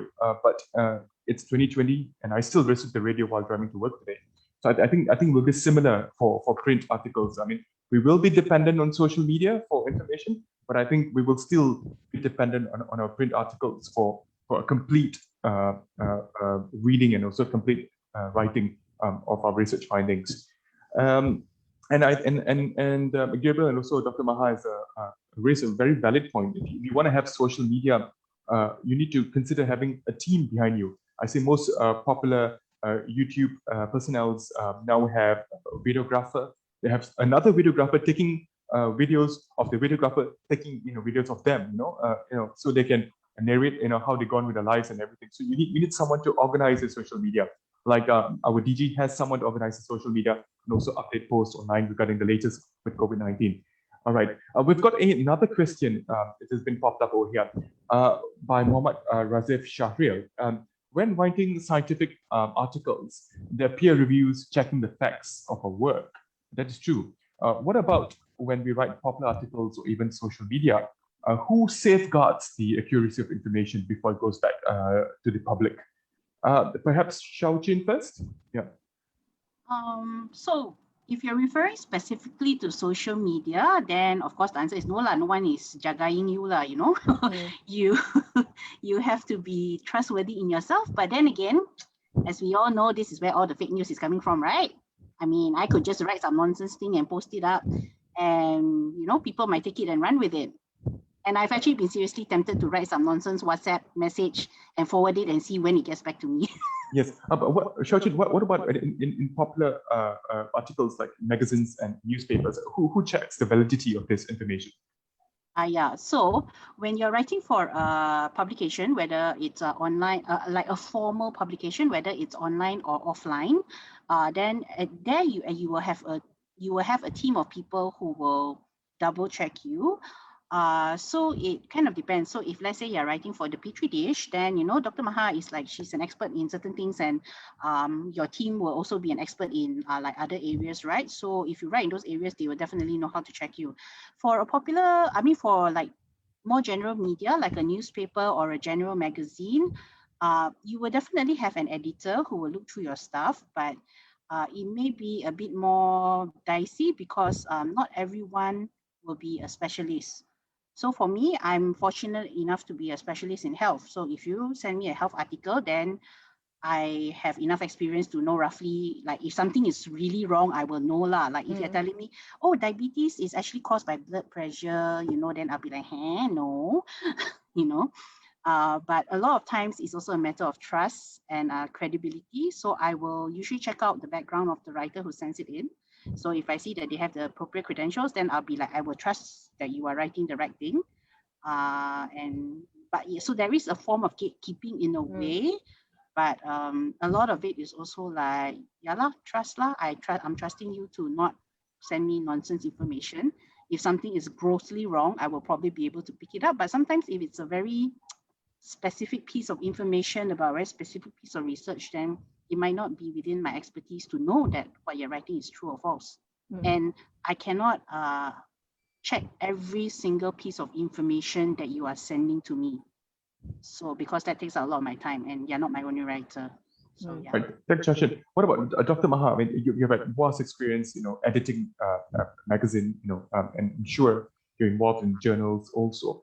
How do you, you know, it must just take a lot of time trying to ensure that facts are correct. Yes. So my answer is also similar to Xiaochin, that of course, if it comes to biological sciences, I'm okay. But if you send me an engineering article or even a real typical medical article, then I can go wrong as well. So if we like what we do in Petri dish, if we are not very sure, we do ask others in the similar field to see, you know, is this correct? So we because of our network, you see. So yes, we have some mechanism, but then some things can go out wrongly. Now, this is where, again, we seek your support. If you are in your field, please send us what is really scientific. And usually you will not make mistakes in your own field unless, you know, sometimes it happens because science is evolving, right? But then you know, I know scientists are also extremely careful. Like what I do, in fact, I get invitation to speak about so many other things. And I say, no, that's not my field. I can't speak on that. So all of us do that, right? Scientists, all of us do that, sometimes we're too careful. That's also my problem as a science communicator. And scientists always reject, no, I don't want to say anything. I don't want to. So that's also my problem as a content developer. Now, I want to also talk about social media. Again, social media, in fact, there is no gatekeeping at all because it's my page. You see, I can write anything. But again, I want to admit and confess here that I have made some mistakes, not major mistakes. I have used some wrong terms when I'm talking about something that's not really in my field when I want to communicate. Then someone points it out and I quickly apologize. And I say, thank you so much for pointing out. And I apologize and I make the changes. I edit my post. A lot of scientists wouldn't want to do that because they feel like it's embarrassing among my peers to make mistakes. So that is why scientists also shy away from media, because sometimes media also make mistakes and misinterpret or misquote. I don't know, Xiaochin, you agree or not? So the next time the scientists say, no, I'm not going to talk to media. I have a lot of that as well. So to me, it's not about not making mistakes at all, but we have to find ways to mitigate this and then some fact-checking mechanisms in place. For social media, I think it will be easier if we just stick to our own area when we want to communicate. To do one post, I spent about 2 hours doing research on that post. So once I did on Vanaspati and palm oil, and I wanted to, is Vanaspati from palm oil really not good for health? So I made a few calls to MPOB, all my friends in MPOB, and then I read up and then I did the post. So this is what I do. So like what Dr. Chin was saying, it takes a lot of time. But I don't want to scare you. If you are talking about ENT, Dr. Hardip, I think it's a piece of cake for you. So please don't be disheartened by that. Please communicate. Stick to your field. I think that's safer. Yeah, thanks, Dr. Maha. I think Dr. Maha raised an important point over here. To err is only human. All of us make mistakes at some point. That's how we learn. And I think the biggest judge or the control in the social media is the people itself. Because if you've done something wrong, the people would come back against you and it's going to come and bite you. Oh, yeah, what you said is wrong. People will attack you. I think that's the biggest danger of social media, and we learn from the people. People correct us sometimes. Gabriel, your experience from academic point of view. I think one interesting point I think Dr. Ma pointed out is that actually the commenters of our social media posts are actually sort of a gatekeeper if they exercise their power correctly. Yeah. Okay. Second thing is actually, apart from delivering the correct message, somehow is our academic duty as well to nurture the next generation audience or next generations of readers who can critically appraise the information that we see every day. We have been doing that in our faculty, whereby we are teaching critical appraisal to undergraduate students, so that they do criticize and they're careful of all the materials that have come across in their study, including textbook, including journal article, because for youngsters or for those who are inexperienced, they think that journal articles are sacred, But what you say just now, Adib, to be human is to err, and that is actually the first sentence we teach them in journal appraisal. To be human, to be err, and in journal articles, the writers, the editors, the publisher are all humans, and we err. So you as a reader, we taught the student, you as a reader, you should take the responsibility to criticize and evaluate the content carefully. Right. Thanks, Kripa. We have 2 or 3 more minutes left in this Q&A session. Do the panelists have any questions to pose or any topic to discuss? We've exhausted questions from the floor. So I think how do we send? Really good. How do we send article to Petri Dish? Okay, how do we get published in the Petri Dish?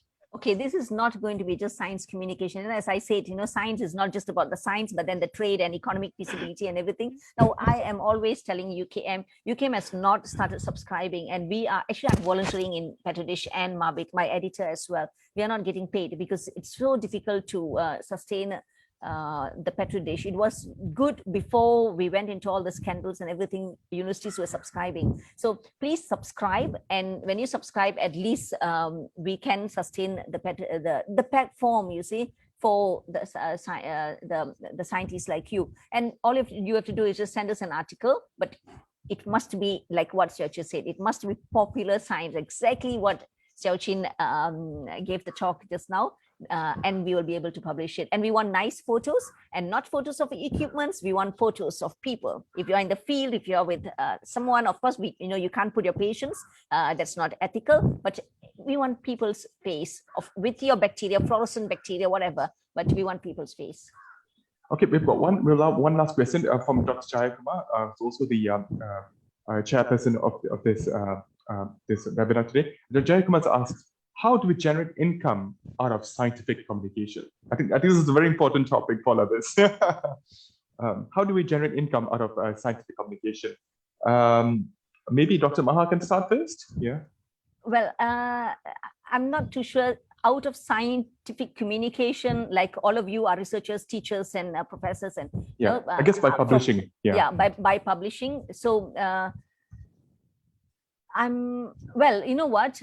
st.my it's a small money. It's not like you are going to be a millionaire or what. I don't think science itself makes anyone millionaire. We're all here because of our passion, you see. ST.my, for example, we pay 200 ringgit per article, but it must be completely for the public, students, teachers. I think a number of you know ST.my, right? Those days it used to come with Utsan Malaysia. Now it's an online portal. Just go to st. is .my, and then I think .my again. So the other way of scientific communication, I feel science communication as a career is becoming big. But I always tell researchers like you don't have to drop what you're doing now and have a PhD like me in science communication and then become a full-time science communicator like me. Now, go back to your hospitals, treat your patients, supervise your students, but communicate science. Now, this is where you will be noticed as a scientist, as a medical practitioner, or whatever field you are in. And there will be opportunities like Dato' Mazla now went to UN. I'm also a UN consultant. I work for Sri Lanka on the biosafety project, and being in UN is really work aside, but then the experience is very nice. Pay is good. So you don't have to again drop and then go to UN, WHO or whatever is relevant to you. Every UN agencies that work on science, they require science communicator. And you could be a consultant, not a full-time person, but a consultant. So I feel there are many more opportunities like this coming up in science communication.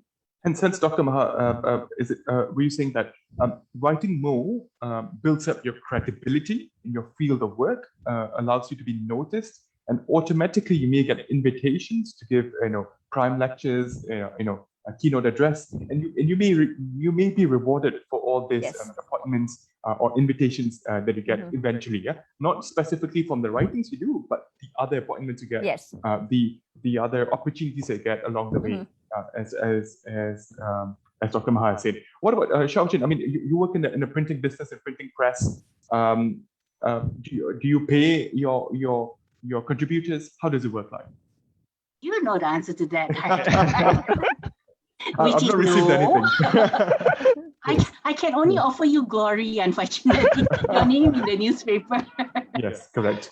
What about your regular? Because I noticed in the Star newspaper, and especially the Star Health, you have a regular contributors in your section. Are they considered as authors and as a job? Do they get paid for it or not? Or if you don't mind So the columnists, so those people whose you can see their photos together with their articles, some of them do get paid. Some of them write voluntarily. So we have different arrangement with different people. Generally speaking, I don't really have a budget for contributors, the honest truth. But some other publications, online and print, magazines as well, places like Nature and Science. I mean, Malaysians can write for them too. They have international writers. You just have to find the right topic. And you won't make like big money out of it lah. You can make like pocket money lah, Money which can be used for other publications or other research work in the future. Gabriel, what about writing a book? Do you get a lot of revenues from writing a book? There should be some royalties, etc., for your books sold, right? Yeah, very limited lah. For UCAM Press is very limited. It's very limited. You get some complimentary copies you can sell, and also I think about putting the books on Shopee, but I haven't do it yet. So the moral of the story is write because you're passionate in writing and because you want to share science, and that's what we do, and in our daily lives. We want to share, we want to educate people, and go with that. I think that's most important. But Dr. Hadi, I just want to add, it's not direct income like what we all said, but it is I think indirect benefits are really a lot. Yes, correct. Okay, can we have concluding remarks from our panelists today? Perhaps from Dr. Gabriel Chin first. Any concluding remarks? Just right. You have listened to so many talks, so many tips and things like that. Just right. Every long journey have to start with a small step. Yes, and make the mistakes just right, and that's how you learn. And the more you write, the better you become, basically. Madam Tan Xiaojin, any concluding remarks from your side? I hate to be a copycat, but if you want to write, then write. No one's forcing you, you know. If you are here attending this, I'm guessing you have some kind of interest in communication. So you have to start somewhere, you know, just do it. You got medical articles, health related articles, you can pitch it to me. I'll be happy to guide you. So yeah, just practice, practice.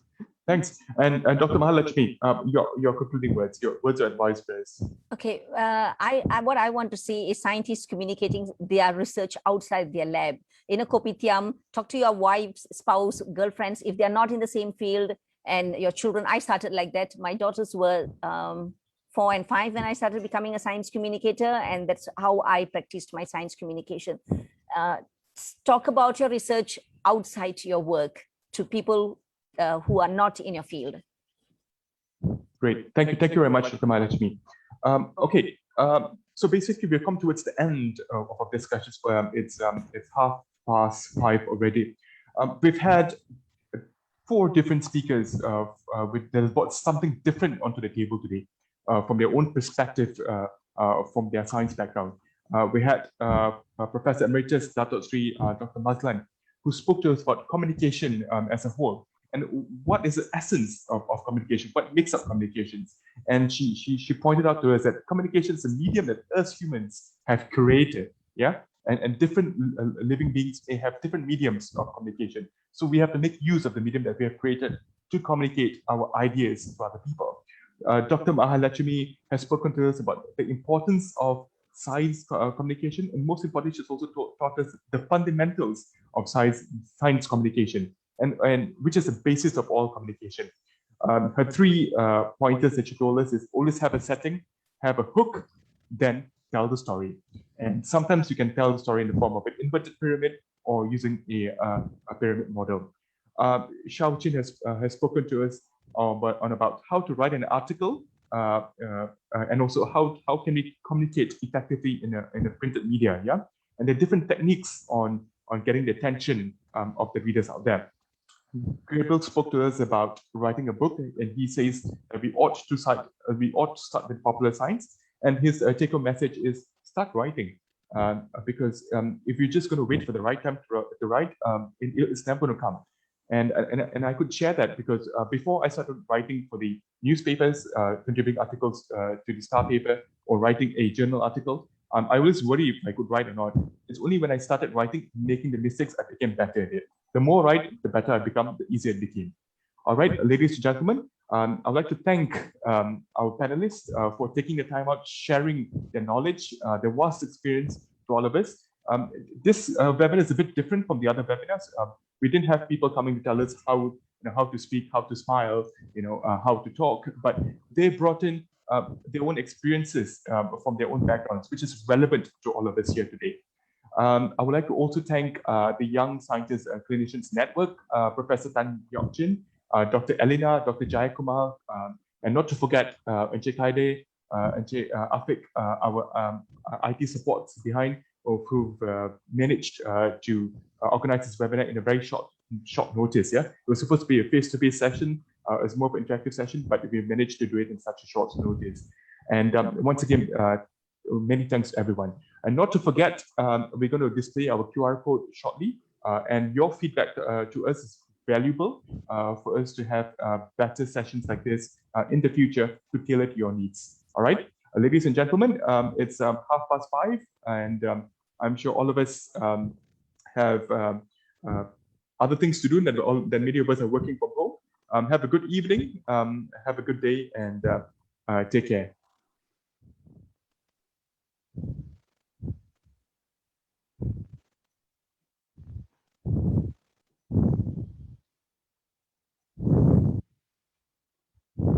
So once again, your feedback is very important to us. So if you could give us a feedback on how would you like our sessions to be in the future, you could just scan on the QR code and tell us what you want from us in the future. Thank you very much.